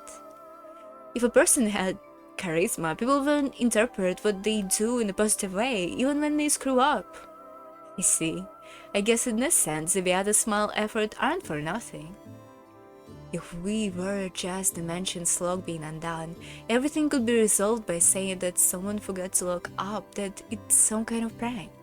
It is the rumors of a witch wandering about the mansion night after night that gave form to existence of a witch. An environment was established such that, if everything strange happened in the mansion at night, it would be all viewed as the work of a witch. I get it. If things reached the point where no one questioned this logic, it would mean the same thing as a witch existing in a mansion at night.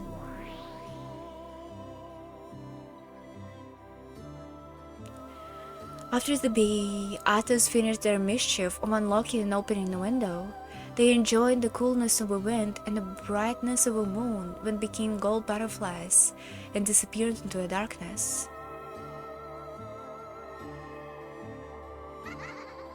There was no way of knowing whether the window they had opened had actually been opened by them. The servants might have forgotten to lock up, or one of the family might have opened it after the servants had locked up and forgotten to shut it again, or maybe someone had played a prank. In the same way that none of those possibilities could be denied, it was also impossible to deny the possibility that the witch really had opened the window to enjoy the night breeze.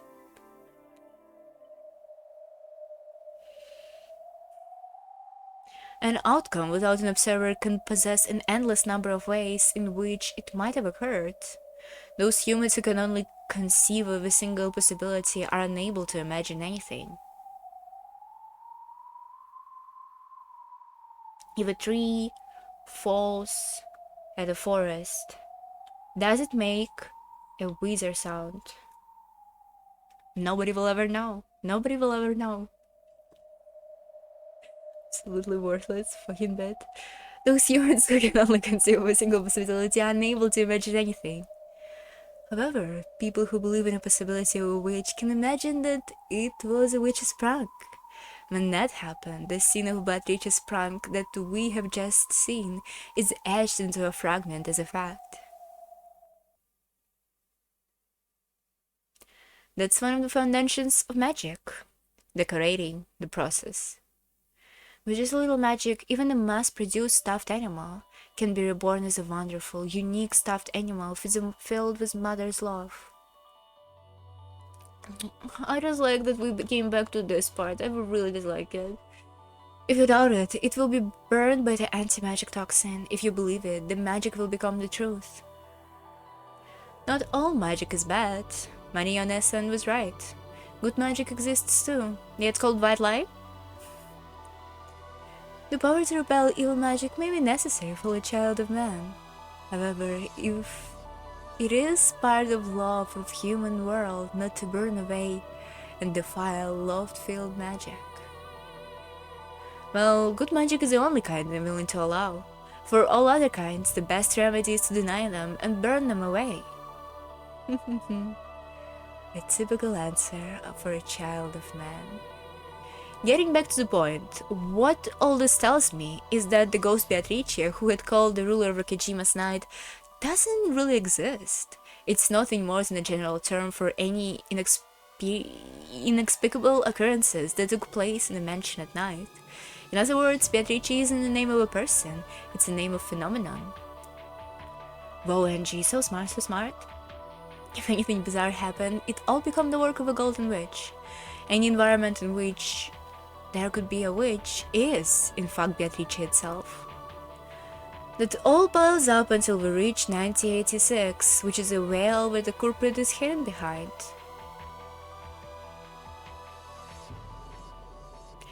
Is Beatrice a conspiracy theory?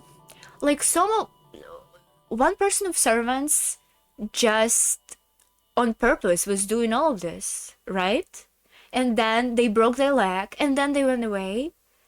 And then they come back to rob everybody from gold. And now they're here killing people. Oh, it does seem so plausible that there are other people on the island. Maybe they are.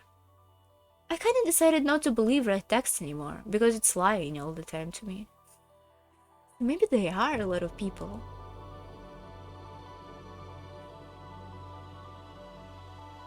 But I don't know, would they lie to me this much?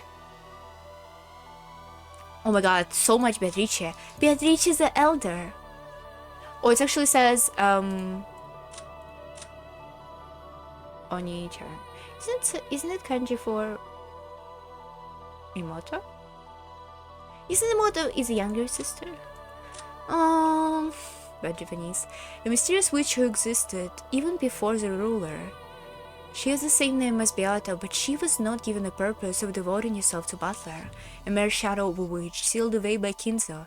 She spent her days pulling small pranks and clearing away the anti-magic toxin for the sake of her resurrection. Oh, she has a little tattoo. Can you see it? Here. Tattoo with a one-man eagle. I'm out of water. Oh, we almost at the break time. So that's nice.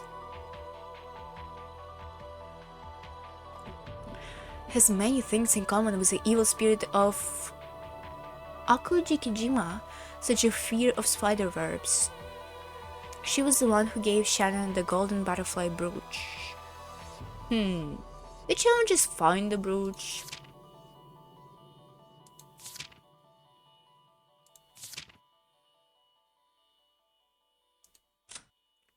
Rudo Erika, Mishiramiya Kinzo.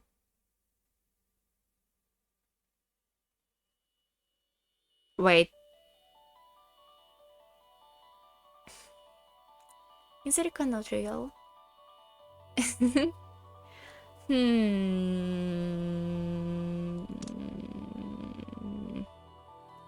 And the person hiding behind it is, without a doubt, one of the humans. Let's say that this holds true at the point of a witch's tale of the past. However, I doubt you can use that argument alone and fight all the way through 1986. Lost your voice a little here.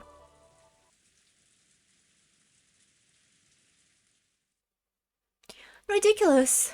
Someone obviously must have forgotten to log up. Well, you might say this, but this isn't something that happened once or twice. In other words, you're a klutz, a fool, a moron of a servant who forgot to check not just once or twice, but many times over.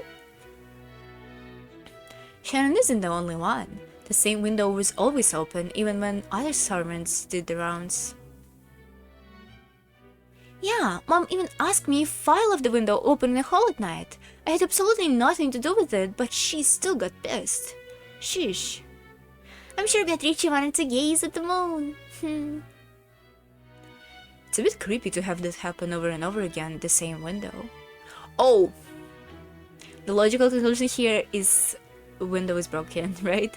And that time where the kitchenware was piled up in the kitchen with a creepy magic circle scrabbled here, that sounds even more freaky. Yeah! They said it was an eerie magic circle drawn with something like blood. Something like blood? Or is it blood? Is it ketchup? Is it, pit blood or something?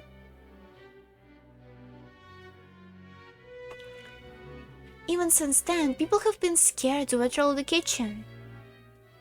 I bet the case of an eerie magic circle in the kitchen. Who witnessed that? Well, it wasn't me.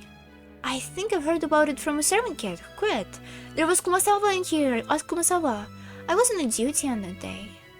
Then here you have it. In the same way the stories about popular haunted locations become exaggerated, you servants like to have a little fun telling ghost stories about the mansion at night, don't you? By doing that, you speak as though the witch exists and affect others with this belief. So, all those eerie things that were supposedly done with Beatrice are either the result of a coincidence, an accident, or completely cooked up stories that people fabricate for fun. Is that what you're trying to say? Exactly! Of course there's no way Beatrice exists. Beatrice exists! I'm glad you understand so well, Butler-sama. I imagine their goal Imagine there does exist some human person with this name, or else multiple specific or non-specific people who acted under such an alias. However, this golden witch Beatrice that we hope and fantasize might exist is completely and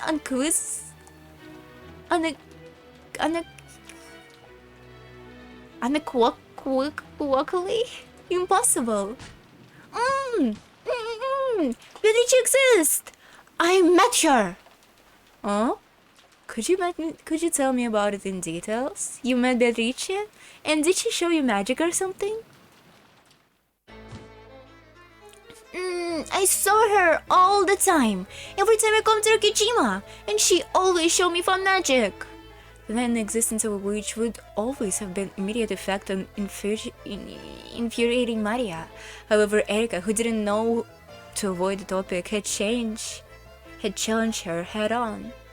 But no matter how Maria tried to smooth over the matter of Beatrice's existence, she stood no chance of defeating the ruthlessly intelligent Erika in an argument. Two stubborn children arguing with each other? George and Jessica hurried to calm Maria down, but Maria's anger could not be settled by this point. I love this music. Good! So she showed you magic? Could you explain in details what kind of magic? She would always use magic and give me candy as a present. Be able to create candy with magic. Are you sure she didn't just take it out of your pocket?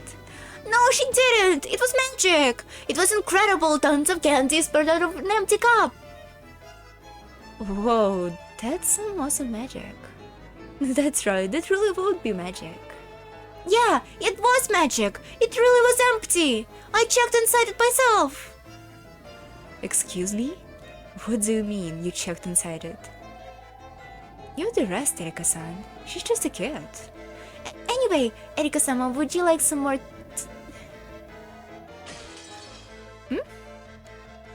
No, thank you. I'm having a serious intellectual discussion over here. Oh, she's so good. She's so good. She's so petty. Oh, I love her. I love you so much. Your theaters can't stay out of it. You'll have to tell me in more detail, Maria-san. What do you mean when you say you checked inside it? Fortunately, we have right here with us teacups that just been overturned and emptied. Will you do me a favor of recreating the circumstances for me right now? Let's see it. Let's see it. If you would, let's see it. After holding a cup of black tea, which she had just overturned and was still dripping upside down over the table, so excessive and making people work, Jesus Christ. Erika slammed it down hard and slid it over to Maria. Erika's eyes glowed repulsively like those of a snake about to snap up a frog. Those eyes were ice cold and had a madness in them that made one want to avert their gaze.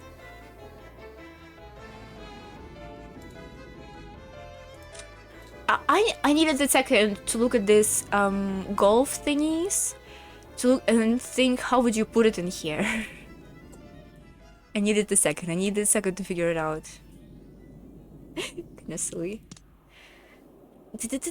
Those eyes were ice cold and the madness never made one want to avert their gaze. On the other hand, Maria was glaring furiously, her whole body shaking uncontrollably in a great expression of anger that human can manage. The look on her face was frightening, not at all something one would expect to see at a 9-year-old girl. Stop it, both of you!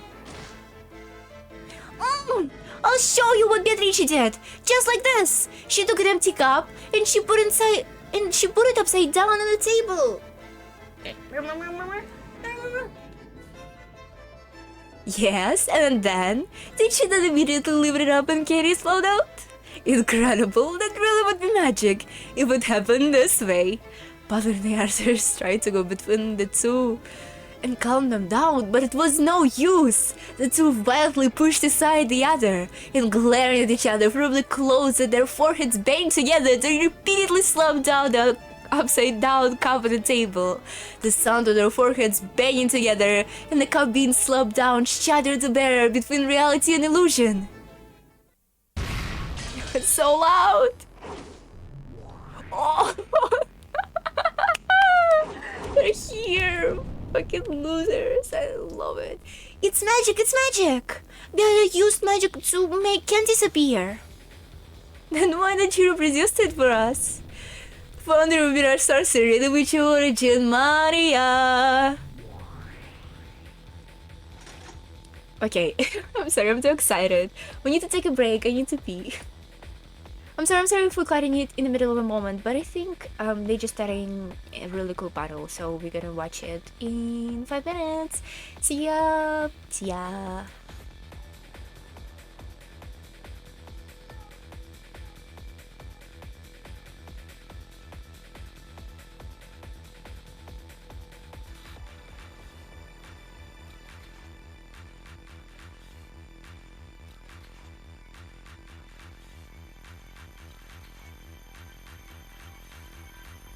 I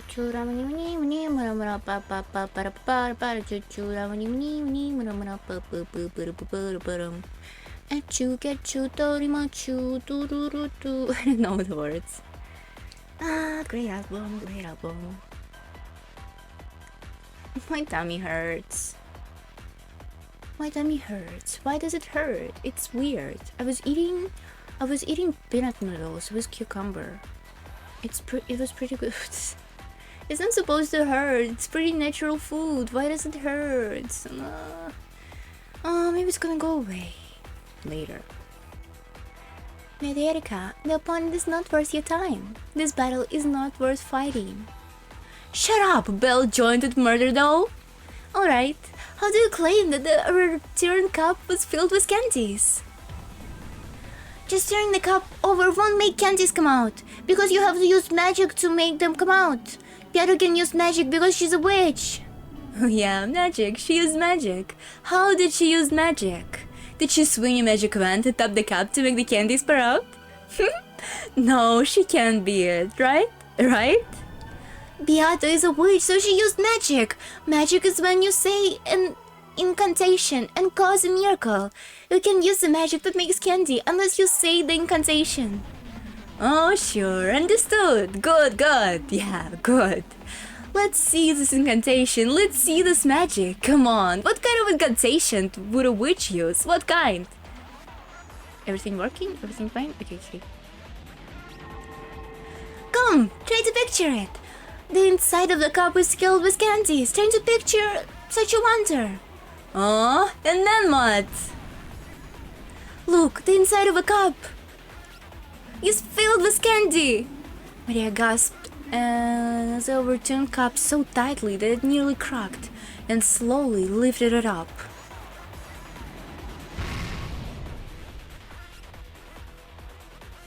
Then, from the inside, fuck. Many cute candies and a... Oh no, I didn't pour myself some water. Oh. Hold on, I need to pour myself some water. Or else I'll die. I'll die.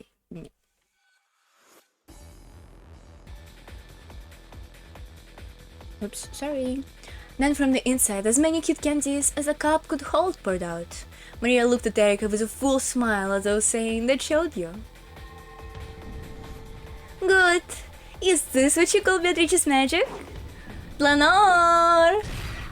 Did her to death. Look at her, she's so sane. She's so normal. As you wish. As you wish. I won't let anyone deny Beata's magic. After all, magic is magic. Magic is impossible. You might be telling a lie about something that never happened. Did you consider that you're just lying? A repetition had been requested. Failure to respond will be a violation of an Seventh Commandment. I'll respond! This is the truth! This story really happened!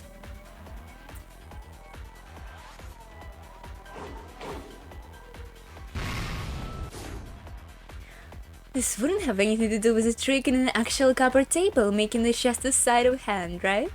That would be against the rules, wouldn't it? Hidden devices and tricks are a violation of Nox's third commandment. However, If and only if foreshadowing has been presented, this is permitted by Nox's 8th commandment. Nox recommended to prohibit hidden doors and devices have no clues pointing towards them. However, by presenting... Are we okay? By presenting foreshadowing and clues that point towards the existence of said devices, Nox's 8th commandment would allow them to be used. They had no tricks like that in them. It had just ordinary table and ordinary cup, so it's magic, not a trick. Understood. By Nox Knight's command and Lady, my account of witnessing magic is permissible. That's right, that's the Knights at least. Observers are always allowed to speak their personal opinions. Otherwise, Mrs. where the culprit is seen dressed up as a woman, and written I saw a woman, will all be disqualified. It's kinda hot. Sure, it's fine. Dressed as a woman and killing people? Oh. I'm cooked. Sure, it's fine. Claim that you saw magic all you want. All truth and nothing more than claims. So I'll make a claim separate from yours and smash right through you. That is a detective's duty and the time we shine the most. You can't break through this. This is magic. Since it is magic, only witches can use it, right? That's right, only witches can use it. So, if a human like me could use it too, would it mean it isn't magic, right? You can't use it. Only Beata uses magic. Good. Then why don't I show you? I'll make candy appear from out of the empty cup. I'd like to see you try. Impossible, impossible, useless, useless. There's no way a human can do it. Now please, please, please, just relax and watch. Okay, here we have an empty cup. Is this okay? It is, isn't it? When the truth is over on a table like this.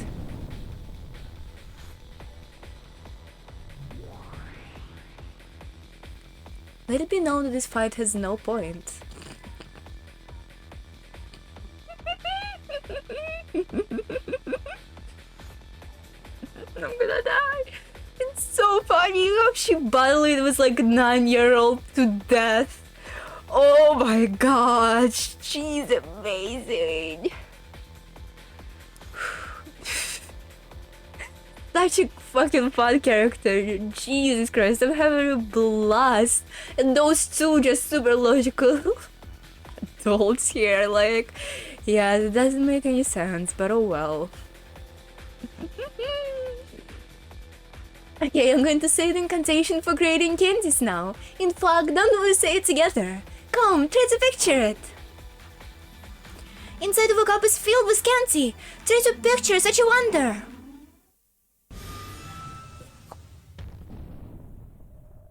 Stop, Maria-san. Why do you close your eyes when you say the incantation? Why not witness a miracle of magic?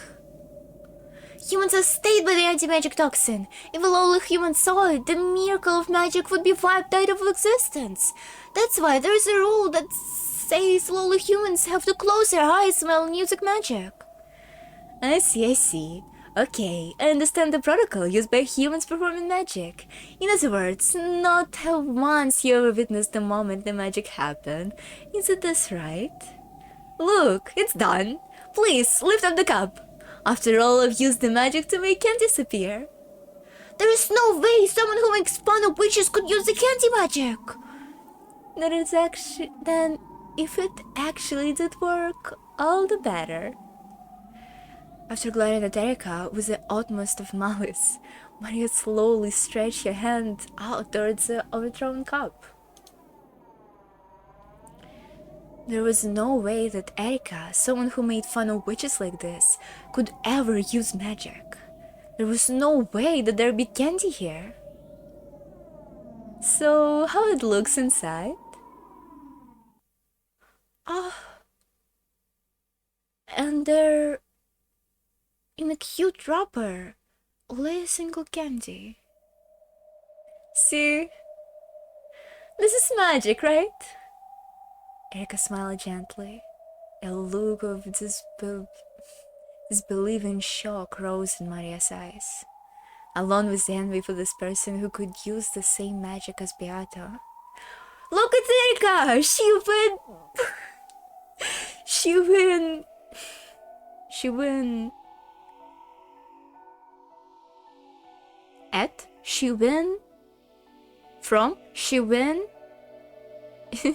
how to say it?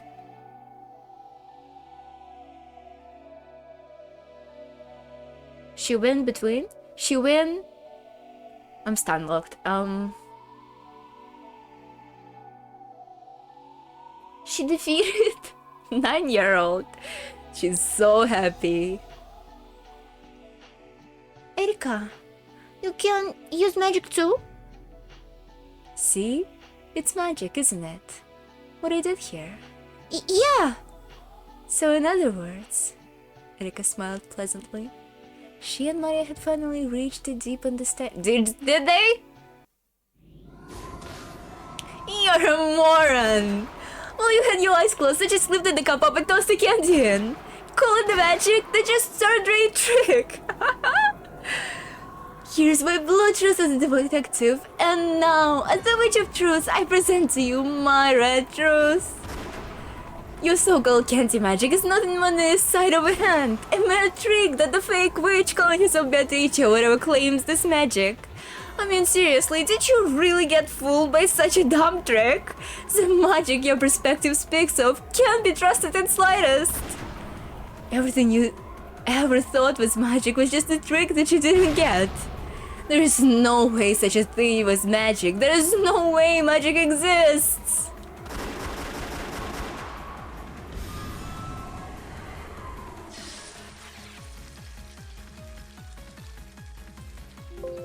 Oh? Huh? But putting a candy in a cup might have been your sleight of a hand. But that doesn't prove that Beata's magic has also sleight of hand. What do? However, you can't prove that it only... However, you also can prove that it could only have been done with magic. You rotten stuffed animal. Glad they bring back Sakutaro. Really missed this character. So deep. Had a lot of sense. For your attention, I beg to inform you of the following. No, this meaningless battle ends here. You damn scraps of paper! Why'd you have to bite up at a good part? That is enough. Lady Maria has been shown that the magic that makes candy appear in a cup could possibly be a trick that she misunderstood to magic. Therefore, your claim that this was magic is dismissed. However, it might really have been magic that Maria saw it. Just because it can be done by a sleight of hand doesn't disprove magic, that's true. Well done, Lady Erika. Congratulations, Crash and Lady Maria. Which is illusion? Which illusion are an attempt to make others acknowledge the existence of magic by claiming that something would be impossible without it. It is the attack used by witches. What if umineko was not about magic, but about conspiracy theories? Wouldn't it be sweet? Wouldn't it be like insane, all these people talking to each other, and there's like a witch, there's like a person who's a witch's conspiracy theories, and she would like, her words in red truths with actual truths, and she sometimes would confirm something about conspiracy theories, and Butler would be like, hey, 9/11 was an inside job, and she's like, no. Really unsure, no.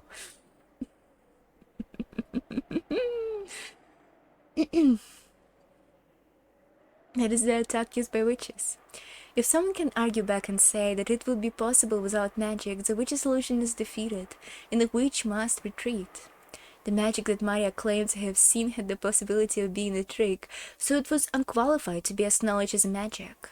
That was only the result of this battle. It was still too early to bring the fight into the domain of denying everything else Maria believed in, the existence of Beatrice, witches, and magic. Mother! However, battles will always end instantly when the opponent surrenders. Erika had wanted to hit Maria with everything at once, defiling the witch and magic she believed in, and crushing it without a fragment of compassion. So true. Just one more step, and I have been able to take a heart as pure as a smooth sand, and after a wave has pulled back and tear it to bits. What a shame. This isn't any fun anymore. Are you satisfied now? Ouch, ouch, ouch! Erika grumpily punched an arm of Lenore that was restraining her. However, that cold, hard, marble-like arm has just made Erika hand hurt. Diplomatic community! This battle is over! For your attention, diplomatic community accepted. No, that this fight is childish and extreme. Did you say something? She did not. Let us withdraw. Lady Maria is no match for you, Lady Erika. There is no need to pay any attention to a small fry like this. You're right. How childish of me treating a kid's dream apart. I'm really sorry, okay? I apologize for my momentarily lack of elegance. Let's go. Erika's group turned their backs on Maria, who was still crouching down limply. Does Maria know that Beatrice is dead? However, as detectives in famous mysteries had always done in the past, Erika clapped her hands, stopped and turned around. Oh, that's right. Your thoughts? All it takes, in the presence of overturned cup, and a deduction leading because trivial for Erika. Your thoughts, ladies and gentlemen? Woo! The crowd cheers at Erika. Oh, hold on. The longer I wait for the bit to get, the less funnier it gets. Come on, just give it to me.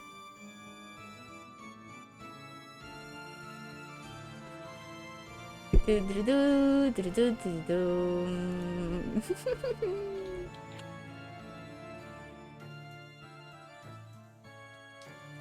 can spell.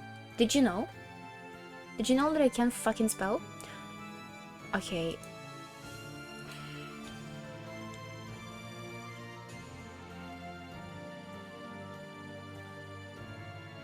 Is it gonna be loud as fuck? Ooh!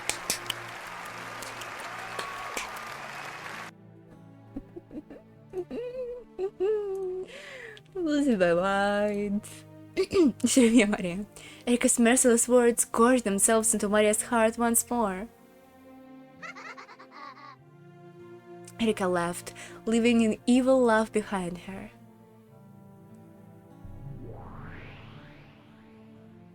After bowing to Maria and Sakutara, Lenore left too. Gertrude and Cornelia followed suit. After that, only Maria and Sakutara were left in the lonely Golden Land.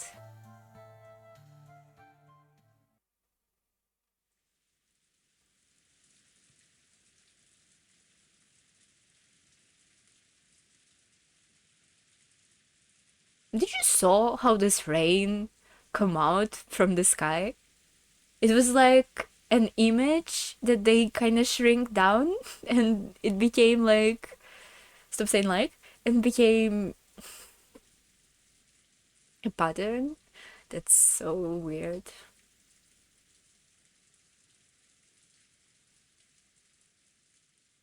On which umineko is coded? It's probably... it's a port, so it doesn't matter. Enoji umineko is not like this. It doesn't actually have a rain. This version of umineko is kind of like a masterpiece in form of visual design and visual stuff and how sprites work and voice acting and shit. It's pretty good. Like how the sprite changes a little bit when a character talks in a screen. That's all really nice.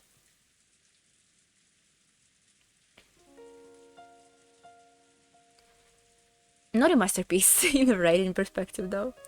Miyato is a witch. Oh no, Miyato is a witch. It was magic. It was magic. It was magic. Beata used magic to give you candy. You don't need to doubt that. Uru, please believe in Beata. You know that magic can bear fruit unless you believe. In the middle of an ice-cold drizzle, which had started falling at some point, Maria sobbed.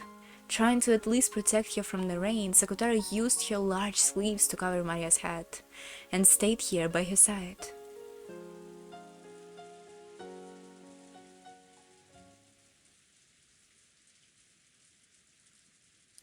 Okay, let's go, Maria.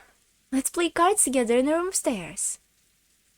Erika-san, as an adult, I cannot condone this conversation just now. My apologies. I'm so just a kid after all. After seeing that wonderful candy magic brutally insulted by Erika, Maria had been crying this whole time. Huh. I started noticing it at the quiz party after dinner, but your personality is screwed up. Is this fun for you? Yes. Are you enjoying tearing little kids' dreams apart? Yes. But please stop, Butler-sama. Please, for my sake, don't push any further here. Shannon. What the fuck? Please. Shannon, who had been looked flustered, bowed her head deeply and implored Butler to stop. George, who didn't want Shannon pressured, fell in line. Let's go. Let's spend this year in the cousin's room too. We can watch TV and play cards. I've heard that Erika-san has her own room. Shannon, please guide her. Oh, no need to bother yet. I'll relax down here for a little while longer. I want to savor it a bit. What the hell are you trying to savor? Butler and the others could no longer hide their irritation.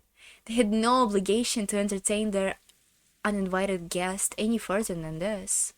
Erika herself understood perfectly well that no place would welcome a detective. Butler and the others wanted to leave, and Erika wanted to stay. Neither had any desires to stop the other. Jessica urged Maria, who was still crying, to come along. Then Maria stopped and spun around. Got a problem? They do exist here and there. Humans are practically lump to the toxin that doesn't believe in magic. There are many boys like you in my class. They don't believe in witches or magic or miracles or happiness. You can't become a witch if you let the toxin of people like that burn you to ashes. I may not look it, but I'm Beatrice's disciple. I am the apprentice witch of origins. Maria, who had been sobbing until a second ago, seemed to have transformed into an entirely different person. BPD? She laughed, no, cackled eerily. Butler's group stiffened up at a sudden change, but Erika was watching calmly. Then she smiled and gave a small nod in response. Good! You're not a bad opponent. Good night, Miss Maria. Let's fight in a more satisfying game next time. Sure, let's. It's a promise. You stopped it too, Maria. Come on, let's go. What about you, Shannon-chan? You can play cards with us if you want. Come on, join us for at least one round. I'll cheer you up. Then just for a bit. Couldn't remain in this suffocating lounge any longer either. Suffocating? It looks quite large. Could it be suffocating? I would think that a room like this would be kinda cold. In part of apologetic, in part trying to escape, she followed after Butler's group. After that, Erika was the only one left in the lounge. Still wearing a thin smile, she tapped the glass with her fingers. There was a light click, chink. A surprisingly boring sound. Even so, Erika wore a thin smile, although pleased.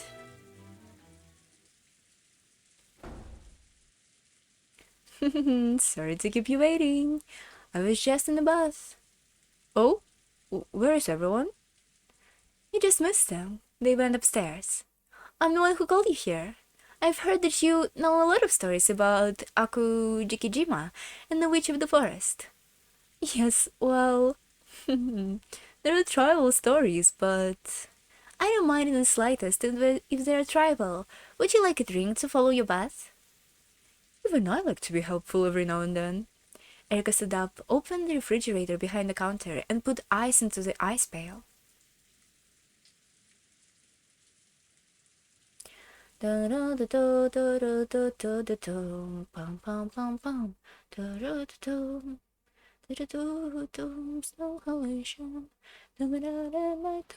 lovers! Whoa, are we going to Arcana? Oh, it's about Shannon and George. Erika-chan, huh? She's an odd kid. Somehow, I just can't seem to get along well with the young kids these days. Well, she's fairly fucked up. You're still pretty young yourself, George-san. I guess because I've always been the oldest of the cousins. It's always made me feel like I'm not one of the young ones anymore. Fuck the sentence. George and Shannon could be seen surrounded by the rainy rose garden. Though the rain was still pouring down, there was hardly any wind at all. The scant protection provided by the arbor was more than enough to house this secret meeting between lovers. Following that fight with Erika, the group had decided to play some cards for a change of pace. When this was over, Shannon returned to her servant room, and slowly after that, George left the room as well to meet Shannon here. So subtle. Subtle. What? Subtle. Why am I saying it like this? What's wrong with me? Oh, the year and the time they had arranged. So smooth. Okay. I think kids around Erika-san's age have a really hard time accepting themselves. Yeah, that's true. Around that age, most kids are so determined to break out of a shell. Stop saying this! Of childhood that they lash out in all directions with their beaks. Only once they manage to break through, they can finally stretch their wings and fly high. I was like this too. When I first still inside the shell, I was a weak, deplorable man who didn't deserve any respect. That's not true. No, it's okay. I realized it myself. Back then, I might have been the oldest of the cousins, but I was still a lazy, hopeless man. And it wasn't just with the cousins. At home, at school, I was like this everywhere. I hated being like this. I wanted to break that shell and become a splendid adult like mother and father. But in the end, you did break out of a shell, George-sama. Every time I've met you this past few days, you've grown beyond recognition. Thank you. Did something cause you to make up your mind? To break out of my shell? Yeah. I can imagine that you grew up so rapidly, like a butterfly breaking out of its cocoon, by just wandering around aimlessly. I thought there must have been some turning point which made you become so determined. Yeah. I fell in love with you and grew up thanks to the power of love, is what I've told you so far. But the truth is, the turning point was a much more negative emotion. No way! It's hard to believe that someone who's always as bright as and cheerful as you could have negative emotions. Remember when we got a glimpse of George, who was like insane fucko, and he turned out to be a good guy in the end? Bunch of wasted opportunities. Well, my parents taught me to treat girls well, and I thought they had succeeded to live it this way. Yes, I think you're a really wonderful gentleman. But that was wrong. I didn't know how to interact with the opposite sex. I defined them excessively, and I thought I always behaved in a gentlemanly, ladies first kind of way. I was probably outright afraid of interacting with girls. Of course, George had wanted to be around girls as much as any boys want. George had so much potential to be a good character. Okay, not good character that I like, but they didn't took it. However, he didn't know how to interact with them. He wanted to act like a gentleman, avoid being disliked by them, and treat them with care. Of those feelings, only the word treat girl well took precedence, blossoming into subconscious fear of women. This could be so good. You might call a man like this gentleman or a little blade bloomer. Ridiculous. I was just a coward. Because of that, I started to wonder why I couldn't get a lover if I was so gentlemanly, and I eventually came to the conclusion that all the women in the world had no taste and started to hate all of them stupidly. It's all pipeline. That's great. Yeah, why is he so nice now then? No, bring back the church who hates women. That's what a truly pathetic man looks like. He may be pathetic, but he was fun. Oh, how many years ago was it when I noticed? It started when I was in middle school. At the time, I assumed that I was obviously the most gentlemanly of the cousins. So, of who? There is only woman here. What are you talking about? Butler wasn't here for 6 years. Nah, maybe Butler was here at the time. So it would obviously be popular with women. But it wasn't. The reality was completely different. At school, it was pretty much completely hopeless. From being a leader, I was a bullied kid who got pushed around by everyone. Okay. Maybe... Cause and... How to say it? Cause and... I'll Google it. Hold on. Oh, isn't it nice when streamer destroys the flow of their stream by... Oh, sorry. By forgetting the word?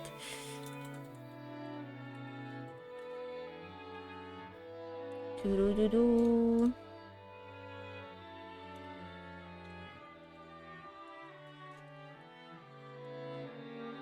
I'm gonna freak out. What's the point of having so much fucking languages in here? Jesus Christ.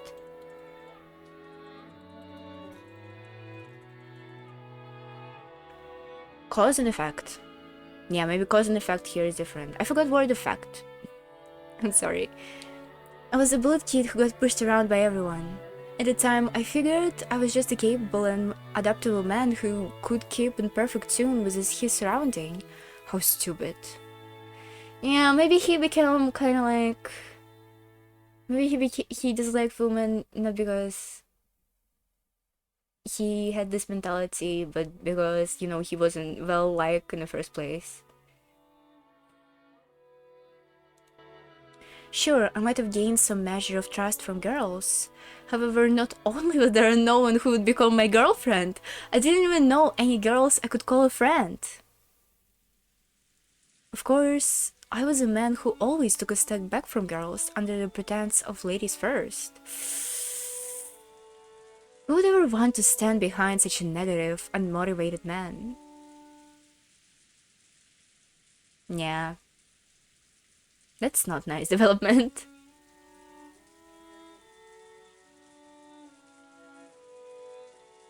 It's upsetting. It's funny. I didn't even realize this, as though I was pretty attractive guy.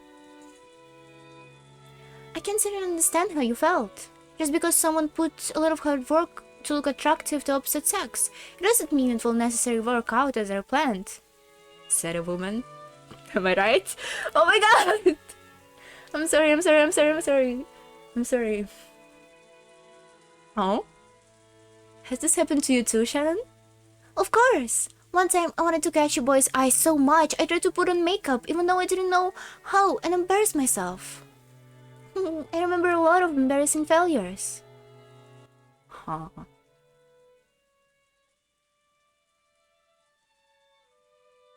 Huh.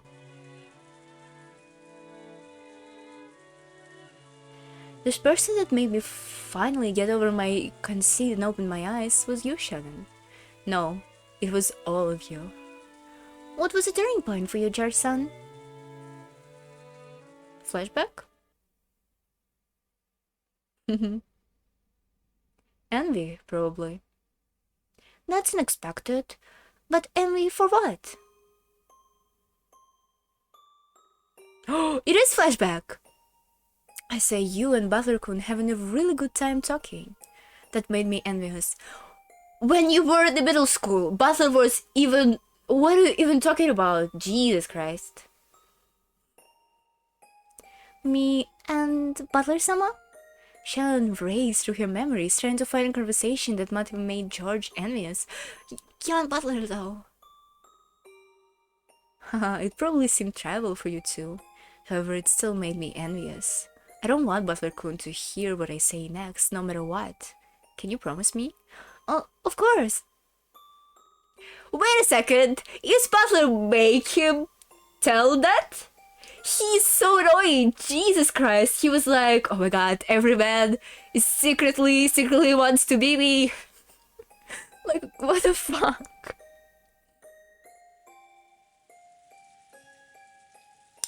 It's going to be a shameful confession. Still, I want you to hear it. I want you to hear your answer tonight, only after I've told you about my bad sides as well. You literally was like 12 years old. Can you chill? Okay, let me hear it. With a smile but a serious look in her eyes, Shannon nodded. Tonight. She knew that he's going to ask her tonight. George had the right to confess before asking that sacred question, and Shannon had the obligation to listen. Shannon understood this, so she listened quietly. So this is what which of these are going peeps on during your spare time? Based edgy, base question. Stories of love are truly timeless. I never tire of them. However, I do find that maidenly expression of disgust on your face even more charming. Zerlene laughed quietly. Angie huffed and looked away, but she quickly realized that this would only entertain Zerlene even more, so she tried to act unconcerned. Both Butler-kun and Jessica-chan had always been spirited. No phrasing it this way might be just dodging the point. Let me be frank. George looked up at where the moon should be, high above the rain clouds, and spoke. They were honest words, spoken from George's meek heart. For a long time back then, I thought of Butler-kun and Jessica-chan as a bad-mannered kids. No, let me be more direct. I thought that even the way they talked was vulgar. It's true. If you don't mind. I don't mind if you hold me in contempt for this. I don't. People are allowed to think anything they want inside their hearts. In fact, I think you were all the more commendable for not letting it show on the outside. Thanks. I secretly looked down on those two. I was so concerned that I truly thought it was just overflowing with gentlemanly charm compared to them.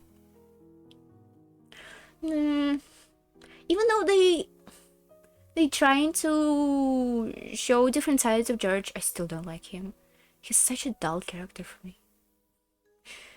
I was at age where having a girlfriend felt like a necessary condition for becoming a real man. I truly believe that no girl could fail to admire a gentleman who treated girls as well as I did.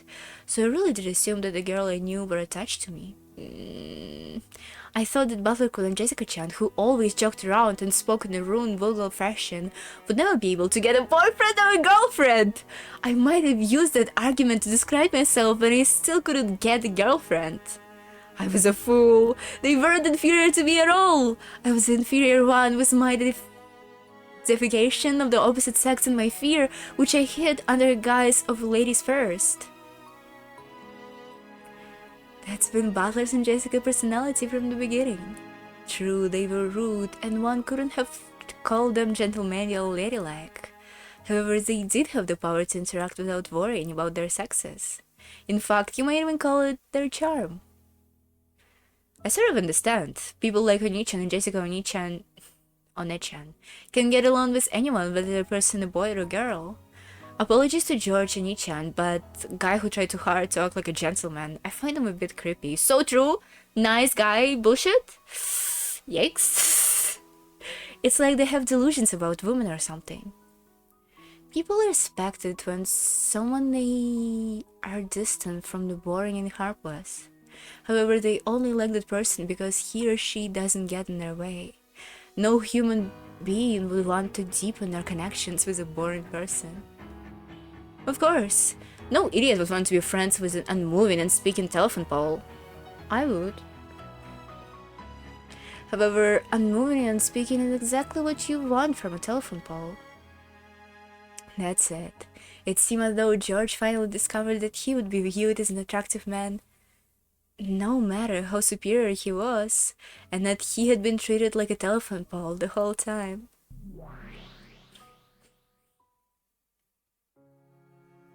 Back then, my conceit was at its peak, so when everyone gathered at the family conference, I believed that I was the most attractive and that all the servants' girls who played with us were in love with me. Whoa.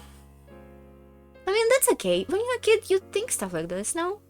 Because you're bad with social interactions and you didn't learn a lot? I feel like it's totally okay to be like this when you're a kid. And then the day came when I finally realized how pathetic I was. Did I say something inconsiderate then? No, it's the opposite. You didn't say anything at all. My conceit delusions that I was the only one ever reflected in your eyes was crushed. Lol, lol, lol, lol. Just, when did it start? No, I must have started long before then. Only failed to notice because my eyes were clouded with conceit. One day, I suddenly realized it. You guys were getting along with Butler Kun and Jessica-chan far better than me, playing around and having a good time. Yes, those two who I looked down upon so much were radiating far more charm than I was. Still can't believe Butler puppeteering all of this, and he's like, yes, George, talk about me, talk about how cool I am. How cool. You really look like you were enjoying yourself this day. The look on your face was far brighter than any you ever showed me. Sickening, isn't it? Oh, why my nose is constantly blocked. I'm just assumed that you liked me, and even had some childish fantasy that we might end up dating. Based on nothing at all, I felt as though my girlfriend has been stolen from me and let myself feel hurt. Just how pathetic I am at that moment. When that happened, I finally realized how foolish I have been. George-sama. After that, stuff happened and Butler-kun stopped coming to the family conferences, but I heard about him from time to time from Uncle Rudolph. Uncle Rudolph cares more than he shows. Even though he gets in fights with Butler-kun all the time, he's always paid close attention to his son's going on. Yeah, I've heard similar Stop talking about Butler!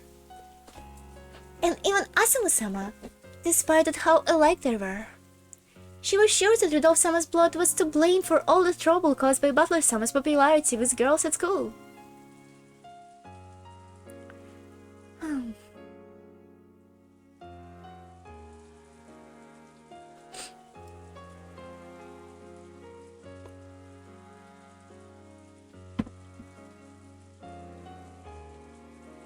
Hello? Oops. And Jessica-chan too. Oops, wrong voice. I've heard that she built up a huge number of friends, both boys and girls, that she was always the center of attention. When I actually talked with her, I realized that this was no exaggeration. That experience had shown that the two I had looked down upon were much more attractive human beings than I was. At first, I tried to imitate those two.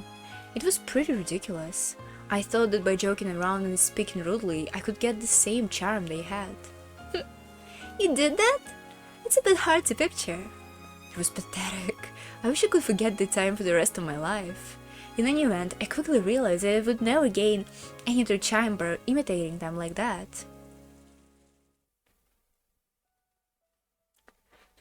I call it respecting people. I called it acting to fit with the general atmosphere. But actually, I was always just running away, and discovered this was the reason for my lack of charm. Meow. I resolved myself to overcome this flaw and be born. I finally understood the shell I was in, and I swore to break out of it. Really fits in your style? Every time my resilience began to waver, I would remember the day I saw you all forget about the entirety and play around happily, and the fact that those eyes of yours, which I always assumed were attracted to me, never noticed me at all. Fuck. Hold on.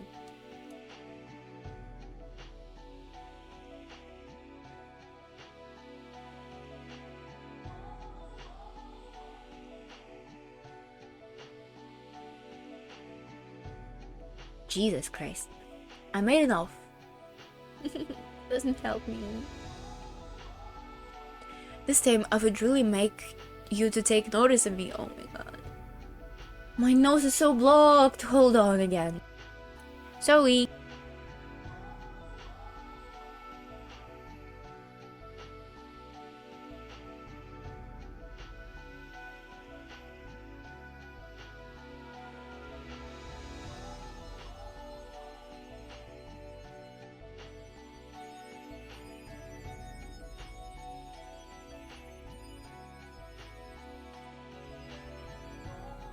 Rip my synapses. I made enough. This time I would really make you to take notice of me, and I would be reflected in your eyes. The truth is, that was very first emotion, the start of the falling in love with you. I must have been complicated. The day I felt desire for revenge against you all, no, against you specifically for playing as a group and ignore me, and before I knew, that emotion had transformed into true love. However, I swear this to God, even though this was the reason I first started to take you seriously, there are no lies in the way I feel about you now. I would like George more if he was a scumbag. He is like the design of a scumbag. I swear to love you for all my life. I will not lie about that for anyone or anything.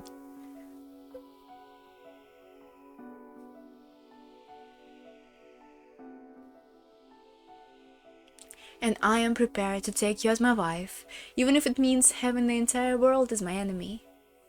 Oh, the misery. George-san, that is a confession I wanted to make to you beforehand. Before now, I've called you my first love, love at first sight. That was a lie. It was only my selfish, twisted. That doesn't matter. Shannon smiled, but she spoke forcefully enough to interpret George's words. Is there some rule saying that people can't get together just because they weren't each other's first love? It isn't betrayal to forget the first person you fell in love with? You guys got a divorce, so shut up. Love isn't this simple. Well, it might be simple. After all, love is easy. Anyways, whatever you feel now, only the honest feelings you feel now can tell you the right answer. The things of the past or how our relationship started aren't important at all. So true. Then, unconfessed for nothing? No. I'm a bit glad to learn that even George-san, who's always perfect at everything, has a human side to him. And it makes me happy to know that I'm the only person you've told this to. Thank you. I was only able to become who I was because of you. Me too. I am as I am because of you, George-san. So please, tell me without holding back, what kind of husband and wife will we be? And what kind of future will we bring together? When I have you as my wife, I will become even more accomplished businessman than my father. Okay, and now all kinds of challenges and adventures, I hope to explore the limits of my potential. I want to reach the peak together with you. The view from here will be something no one can show you but me. It sounds fun! I'll be with you wherever you go! Of course, it won't only be adventure as a businessman. I'd like to create many things that only a couple can make. And what that could be? Are they talking about? Oh my god. Oh my god. No subtlety at all. Just full on. Let's have some kids. Yes, my husband. You didn't marry yet. I'd like 3 of them at least. At least 1 boy and 1 girl. What? Okay. And what if all 3 boys? Then the next one might be a girl. We can make a 4th one. It doesn't matter how many. Let's enjoy the adventure of bringing them up together. And when those children eventually leave their nest, they'll make us some grandchildren. Before we know, we'll reach a boisterous old age surrounded by many children and grandchildren. Excuse me? Your children got to be millennials? And millennials doesn't get kids. Before we know it, we'll reach a boisterous old age surrounded by many children and grandchildren. It sounds like fun! I wonder what kind of grandma you'll be. What they didn't know is that they're gonna die first. I don't wonder what kind of grandma you'll be. However, I will always keep loving you. And when we eventually pass away, surrounded by our vast family, our life is stretched behind us, unmatched by anyone else's. George didn't just talk about his love in the present. He swore to love her soul until the final moments, when the lids of their coffins would be shut. Yeah, sure. Then George took a small box out of his pocket. Even without opening it, she knew what was inside. He took it out with emotion that was more natural even than the one he had practiced in a bedroom in the airport, and it was overflowing with charm. Saya. Yes? Let's get married. Yes. Please take this ring and put it on your finger. Yes, George-san. The ring, which glistened divinely, even in the dim light of the arbor, passed from George's hand to Shannon's finger. Of course, Shannon had already decided which finger to put it on. I swear to resolutely stand against any fate which may attempt to get in the way of our future. George proclaimed that he would reveal their engagement to the entire family on the next day. Maybe he gonna actually do it this time? I wanna see how Eva would react when she finds out, because they never alive, right? They never alive at the same time to get a reaction. We only know some of Eva's reaction to their marriage after some of them died, like after George died or after Shannon died. My parents might criticize this marriage. However, I will not let them stop us. I am going to inform them of our engagement, not ask for their permission. If mother said that she will not allow our marriage, I plan to have myself disinherited and we will leave this family together. I have been prepared for this since long ago. I swear once again to resolutely stand against all fates that gets in the way of our future. George had said it out loud, so Shannon said the same thing. Me too. I swear to stand against all fates that get in the way of our future.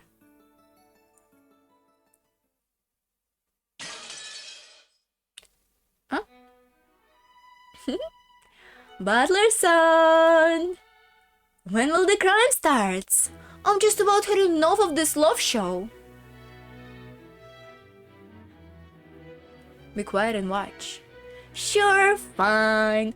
I hate to yawn and get some spectacular bit of foreshadowing slip by. Do you have no love? There are any mysteries which accept love as a proof? No, there aren't. Erica laughed coldly and stared down at the two of the game board. Butler watched her quietly. Erica thought she felt a touch of pity in his gaze, and she averted her eyes uncomfortably. I do understand, more or less. Love can at least become a motive for murder. I can interpret the scene beneath the arbor to represent possible motive for the crime if their engagement is somehow impeded. This again, no matter how much people talk of love with words that aren't read, is just an illusion. Erika, what the fuck are you talking about? Red is not the truth though. Red is belief. That's very sad. You can't even love anyone without proof given to you by a witch. Please put an end to this frivolous romance talk. I'm your enemy, not some eccentric friend of yours content to engage with you rambling about love. I can't understand you at all anymore. What on earth did you figure out? Weren't you and Beata always insulting and trying to kill each other? What kind of truth could you have reached to make you change your emotions regarding that? Please don't tell me that feeling of love that sprouted from your murderous rivalry or something ridiculous like that. You know. Lady Erika, let us help him continue the game's progression. More in love scenes such as this are the best finishing quickly. You got a point here. Sorry for butting in. Come on, let's move on.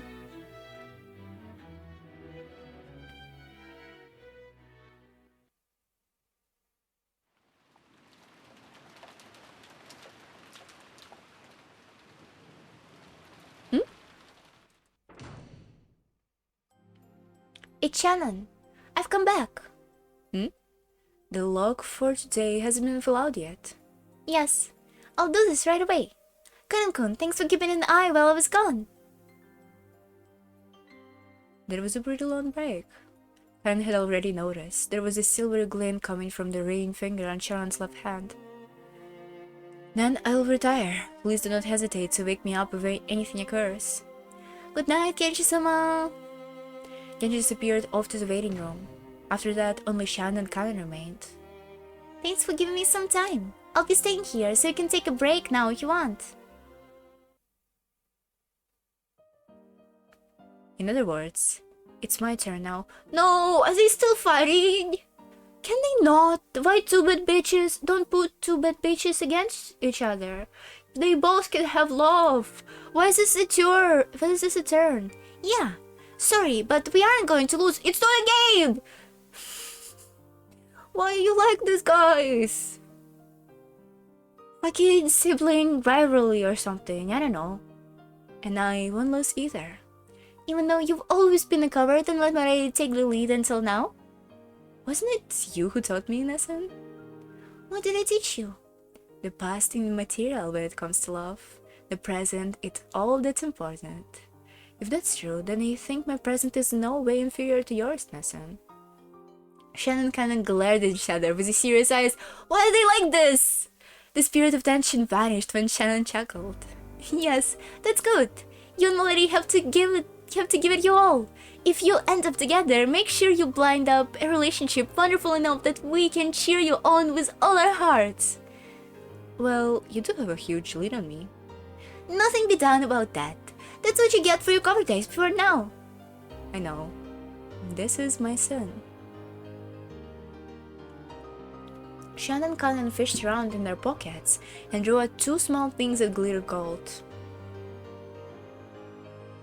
They look like the left and right wings of a gold butterfly. We are furniture. In order to become human and receive the miracle that allows us to love, you must rely on the miracle. You must rely on the miracle of magic once again. To think that that brooch could have proved useful. It's the only magic within our reach. It was the gold butterfly brooch, which Beatrice had once given to Shannon in the hopes of creating love between her and George. Shannon had given it to Conan, but he had let his emotion get a hold of him and had crushed it into pieces. So when the two wings they held were brought together, it would regain the form of a beautiful butterfly. That's cool. Then I'll be back soon. After all, they have asked me to play cards with them. Yeah, good luck. I'm sure Moeri will be happy. It's a bit embarrassing. Enjoy it, that feeling. Conan left the servant room. He went to go see Jessica and tell her what he had determined to do. Shan quietly watched him go. The fragment of a brooch and an engagement ring let off a gold and a silver glint.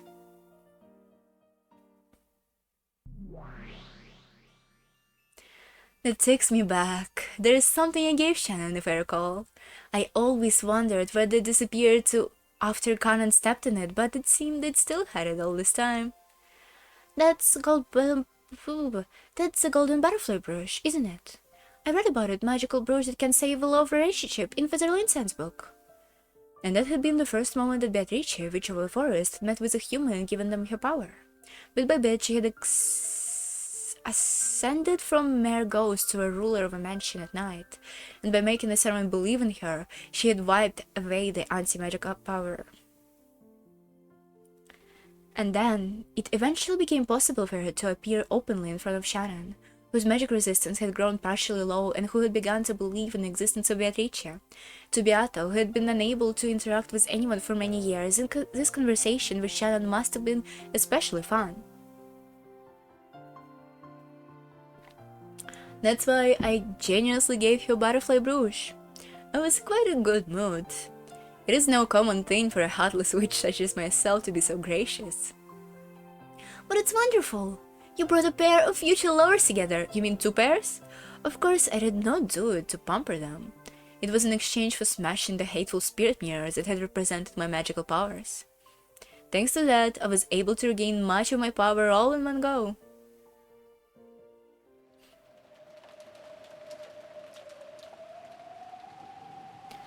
But then, one night, purple lightning smashed the shrine. Those of the surrounding island called it an evil omen. Oh, now that I think of it, that must have been a prelude to Beatrice-sama's resurrection. Kumasawa had the rest of the night off, so she had let Erika talk her into drinking a bit. Where is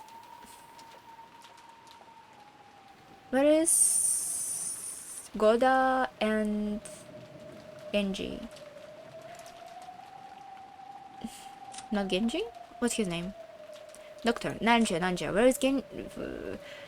where is Goda and Nanjo? Are they at a conference? Are we not going to a conference this time? Yeah, Butler's story doesn't give a fuck about conference. Okay. So she had let Erika talk her into drinking a bit.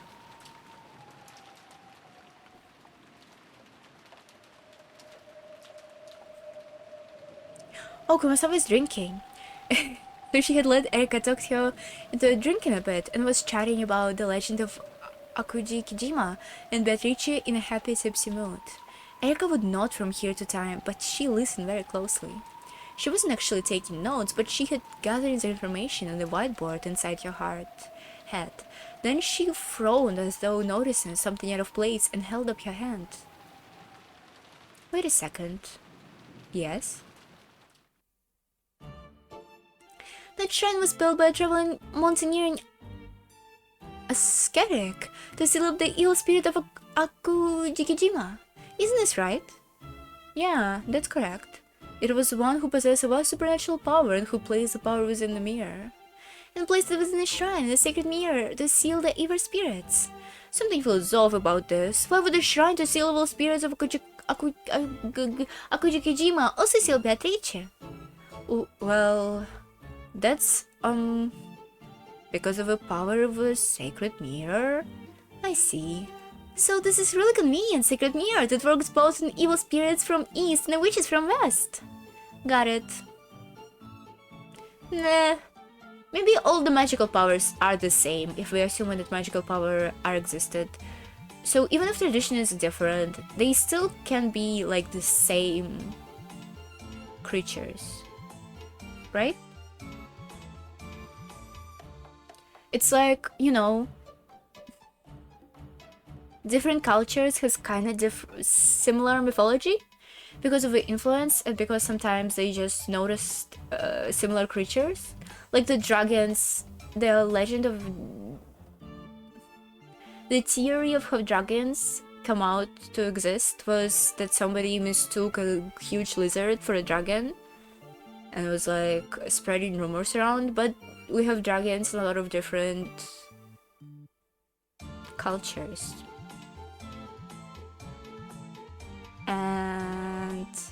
But in essence, it's the same creature. Maybe, you know, maybe Eastern dragons are different from Western dragons, but probably the real creature that it's based off is some lizards, right? Kind of like this. I'm still not satisfied, but I'll back off for now. What I don't understand is why Beatrice can't stand spider webs. Because she's a butterfly, Federica. Don't you understand the symbolism? According to the legend, the evil spirit of Akujikijima despised spider webs, so they're apparently used as bars against evil on the island around here. She hates spider webs because it's convenient to scare servants into cleaning all the spider webs. Actually, spiders are a useful bug. The farmer on the island may have treasured them. I have my own spiders. Right here. Here. But I do kill them regularly because when I don't kill them, they start to become annoying. And they litter on my windows, which is awful. It's very possible that the farmers called them barred against evil, tying them to the stories about evil spirits in order to create a tradition of people treating this useful bug with scares through the generations. But that's just the legend of Akujikijima. The origins of the legend of a witch Beatrice came under Shirmiya Kinza moved to this island, when rumors spread about the mysterious legend of the gold and his mistress who gave it to him as a witch. In other words, the evil spirit of Akujikijima and the golden witch Beatrice are completely different things. It's interesting how Frudo Erika always on about all of this, but she never tried to solve where from Kinza got all of this fucking money. Like, she didn't even question it once. Even last time, she was like, yeah, I solved the legend, but I'm not gonna question when the gold came from, actually. And yeah, the same thing I said about them. Well, now. The evil spirits of Akujikijima couldn't stand spider webs, so neither could Beatrice. That sort of reasoning has been applied all over the place. When it was pointed out that this was strange, Kumasawa has lost for an answer. The doorknob to Kinza-san's study was a scorpion magic circle drawn in it, which represents a charm against magic and Western sorcery. That's why the Western witch Beatrice can't touch it. I can understand this part. But there's no reason for Beatrice to dislike spider. That's because she's a butterfly, Federica. I couldn't remember spider verbs even being included among things Western witches can stand. On the contrary, wouldn't spiders be friends and minions of witch? Well, in my opinion, these two legends about the evil spirits of Akujikijima and the witch Beatrice have become a little mixed together. In fact, maybe they've been fully joined together as one. The legend of Akujikijima is a fairy tale created by a fisherman fearful of reels of Akujikijima's area. However, there was no visual image to go along with those evil spirits. Were they people or monsters or ghosts without legs? There is no mental picture of them. People are bad at imagining things without visuals. True? Cheese have proven that? And then the legend of a witch called Beatrice came in. A witch is a lot easier to picture than an evil spirit. And on top of that, Kinza-san had a portrait of Beatrice drawn and displayed. In other words, a lack of visual imagery, which was the one weak point in the legend of Akujikijima, was finally completed. Perhaps the two legends become mixed together at some point after that. Don't put two legends against each other.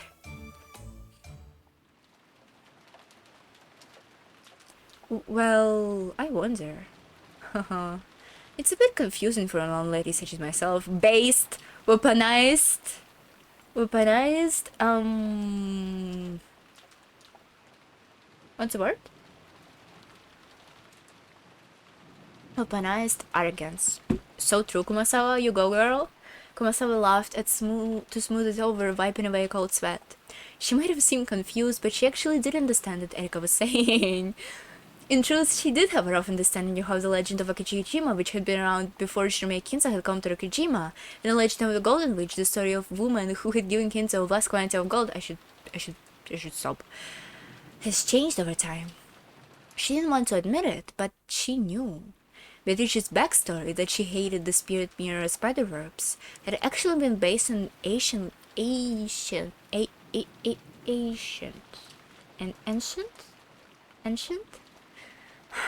legend of Akujikijima. The evil spirit part of that legend has just been replaced by the witch of a portrait. So, if there really is someone claiming to be the Golden Witch Beatrice, I'd really like to ask her, whether she actually does hit spiderwebs or not. What happened when she touches them? It said the witches and their minions receive burns when they touch spiderwebs. So it's probably what would happen, I would say. That's not bad. A splendid witch trial. If the spiderweb touches her and she gets burned, there's an evil spirit, not a witch. And if nothing happened, then it proves that she's just human. In other words, whether she burned or not, it will prove that Golden Witch doesn't exist. The legend of a witch is nothing more than a legend of a Kojima reboiled with a new face on it. Well, all it takes is a presence of legend and a deduction like this because becomes trivial for Furo de Erika.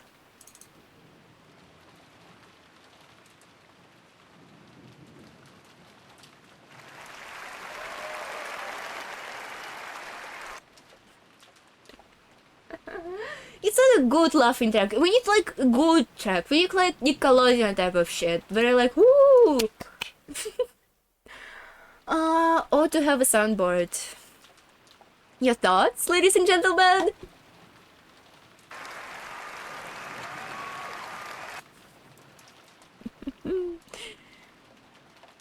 Though the only two of them were in the lounge, Erika faced in the direction an invisible audience would have been in here was one and shrugged. And to much Erika's imagination, the two of them actually were here, listening in. Spiderwebs? Spiderwebs? They burn it if you touch them? When Beata the Elder... Beata the Elder... Dark Souls both snapped your fingers. A graceful silver spider slipped down from a ceiling, hanging by transparent thread. Afterwards, only a single silver strand remained. Timidly, Beata stretched her fingers out towards the spider string. And she touched it. I'm fine. You are? Huh? Beata the Elder lifted up a wild, pale finger, and after showing it to her little sister, she traced the silver string with it. That's a pretty imagery. Then there was a stench like a single hair being burned. Ooh, they're different creatures. Once again, she held her finger up in front of Beata, who was dumbfounded. There was a thin burn line, as though someone had traced across it with a razor. What does it mean?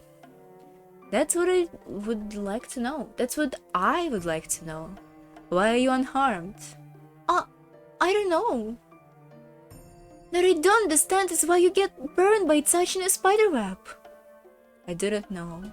It was always been like this since I was gained consciousness. Then, are you... Beata hesitated. However, her question was clear. No, I'm not the one of evil spirits of Okujikijima. I am Beatrice, ruler of Rukejima's night. Even I do not know why I have the same weakness as this island's evil spirit of old. Are spiderwebs the only thing you can handle? As this Erika said, I can't touch the doorknob to Kinzo study. The scorpion magic circle burns me. For me, trying to open the door to the study is like trying to pick a red-hot horseshoe out of a fire. What about you? Ooh. Graphic. Huh? Scorpion magic circles? You mean... The older sister snapped her fingers again. That was nice. When she did, the surrounding scene bent and twisted, and they had suddenly moved to a place in front of Kinzo's study. And there was a doorknob engraved with a scorpion magic circle. Those who read sorcery must have a refuge sealed off from both human and spiritual disturbances. It is no surprise that Kinzo chose to seal off his study and place a charm under such as this here, and unfortunately, it affects me as well, as I will show you. She gently gasped the doorknob. As she did, a violent burning sound, unbelievably stronger than the one caused by a spiderweb, rang out. Oh, Onesama, you okay? Your hand, Your hand has been horribly burned, and Beata couldn't help but avert her eyes. Fear not, this scratch will heal quickly. Apparently it will heal by itself if left alone. The older sister seemed to heal at an inhuman rate. However, it seemed that she can handle it just fine. Go! She timidly poked the doorknob. Nothing happened. Slowly she touched it with her entire palm, but she felt nothing but a pleasantly cool sensation. Strange. Though you are my double, you are different from me in several ways. Well, I might be able to touch the doorknob. If I even get the burn like you did, I don't think I would heal that easily. It's as though you're a normal human. Yeah. Even I find it a little hard to believe that I'm a witch. I can't use magic like you, and I can't get strange burns and heal from them later. Father believed that I was a great witch reborn. But I cannot believe that. Who are you? I am Beatrice. I was born for father's sake. And you, Anasama? I'm also Beatrice. I used magic to give kings a gold, and later became a soul and a formless witch that haunts this island.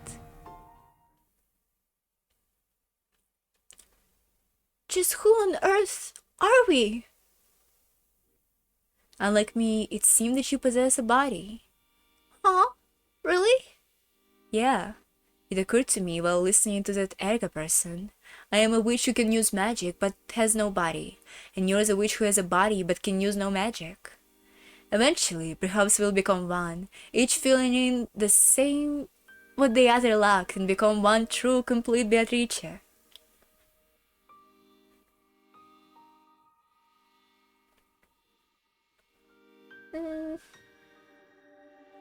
It didn't seem plausible. Both of the Beatrice were missing something. If they were to become one, they surely would be very close to the Beatrice that Butler desired. Do you want to try? Huh? Hold out your hand. The older sister slowly raised her palm and held it out before Beato. The large burn from a second ago really had started to heal already. It may be possible for us to become one. I want to know as well. By becoming one with you, I want to learn about my future self. Beato also raised her hand slowly, and the two hands touched. Holding hands? No way. But nothing happened. Perhaps this means that while they were fated to become one eventually, that time had not come yet. For me, being burned by spiderwebs is perfectly normal. However, you didn't even know about it. In the same way you say that the reason you were born was for your father's sake, apparently this father is Jeremiah Butler. I know him as a rare guest who only comes a few times a year, but I cannot understand what connection you and I have with such an infrequent guest. I love talking in this voice, Jesus Christ. It feels nice. Surely we must learn more about each other. Yeah, you're right. I get the feeling that learning about each other will lead us to something very important. Okay, just... My voice is finally get good.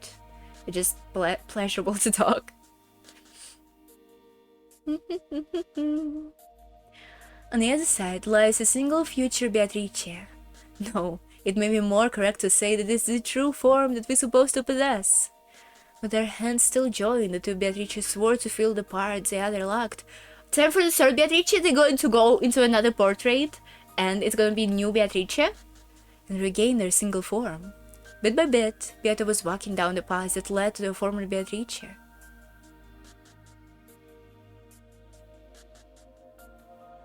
We read quite a lot of chapters today. I'm streaming for a long time, so... Magic of a different interpretation. Huh. Interesting title. Wonder what's this gonna be about. Oh no, how's Butler in his hand? Chapter 7. Kinda a half, maybe? Length of chapter is really differentiated, so maybe not that half. The ear sound of a wind and rain. Once again, I hastily regained consciousness on top of the bed. The finger that the witch had bitten off was still attached. It didn't say it was an illusion, just that it was still attached. After all, the pain and the teeth mark as though a witch had bitten here was still here. Holy! And yet, the window, which I had supposedly smashed, had been fixed as though it had never been broken in the first place. How can I escape this creepy room? Why am I locked up in this eerie room, all alone? I want to get out. I have to get out. Let me out of here.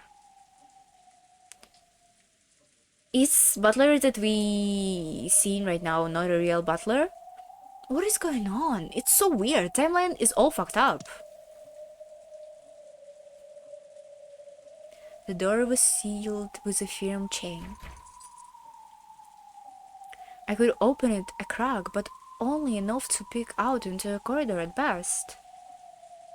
It would probably be hard even to get just a fist through it. The window wouldn't budge either. They were no better than barrier prison windows. The bathroom didn't even have a window. Could you break a window and pull your whole head out? Maybe you could stop thinking this way and, fade into darkness? I don't know. No, it's fine. Just my chair. The bathroom didn't even have a window. The only thing that could get out through here was the water that flowed out if you turn out the tap. No matter how hard I tried, I couldn't think of any way to get out of here. Shut in here like this, I was no more or less than prisoner. Unless someone came from outside to save me, I wouldn't be able to get out for eternity. In this case, couldn't I just call for help? You only thinking about it now? Yes, the tiny gap that could make it to the door had to exist so I could call for help. But could I make the words come out? I had tried to call out to help before. Oh, you did. Okay, sorry. But for some reason, the words couldn't escape my mouth. I might have made some kind of mistake. I might have just lost my voice in my haste and confusion. Couldn't you break the chain with like some way? Couldn't you use... forgot the word again. Couldn't you use a piece of fabric? I cracked the door open one more time. The warm light of a hallway flowed in, making the darkness of a room stand out all the more. Though I couldn't hear any voices, I didn't feel something peaceful. I was sure that anyone was in a room at the other end of a hallway chatting happily about something. If I could just call out, someone would surely come to save me. Holding back some incredible fear, I tried yelling once more. But the results were the same. It was like trying to yell underwater.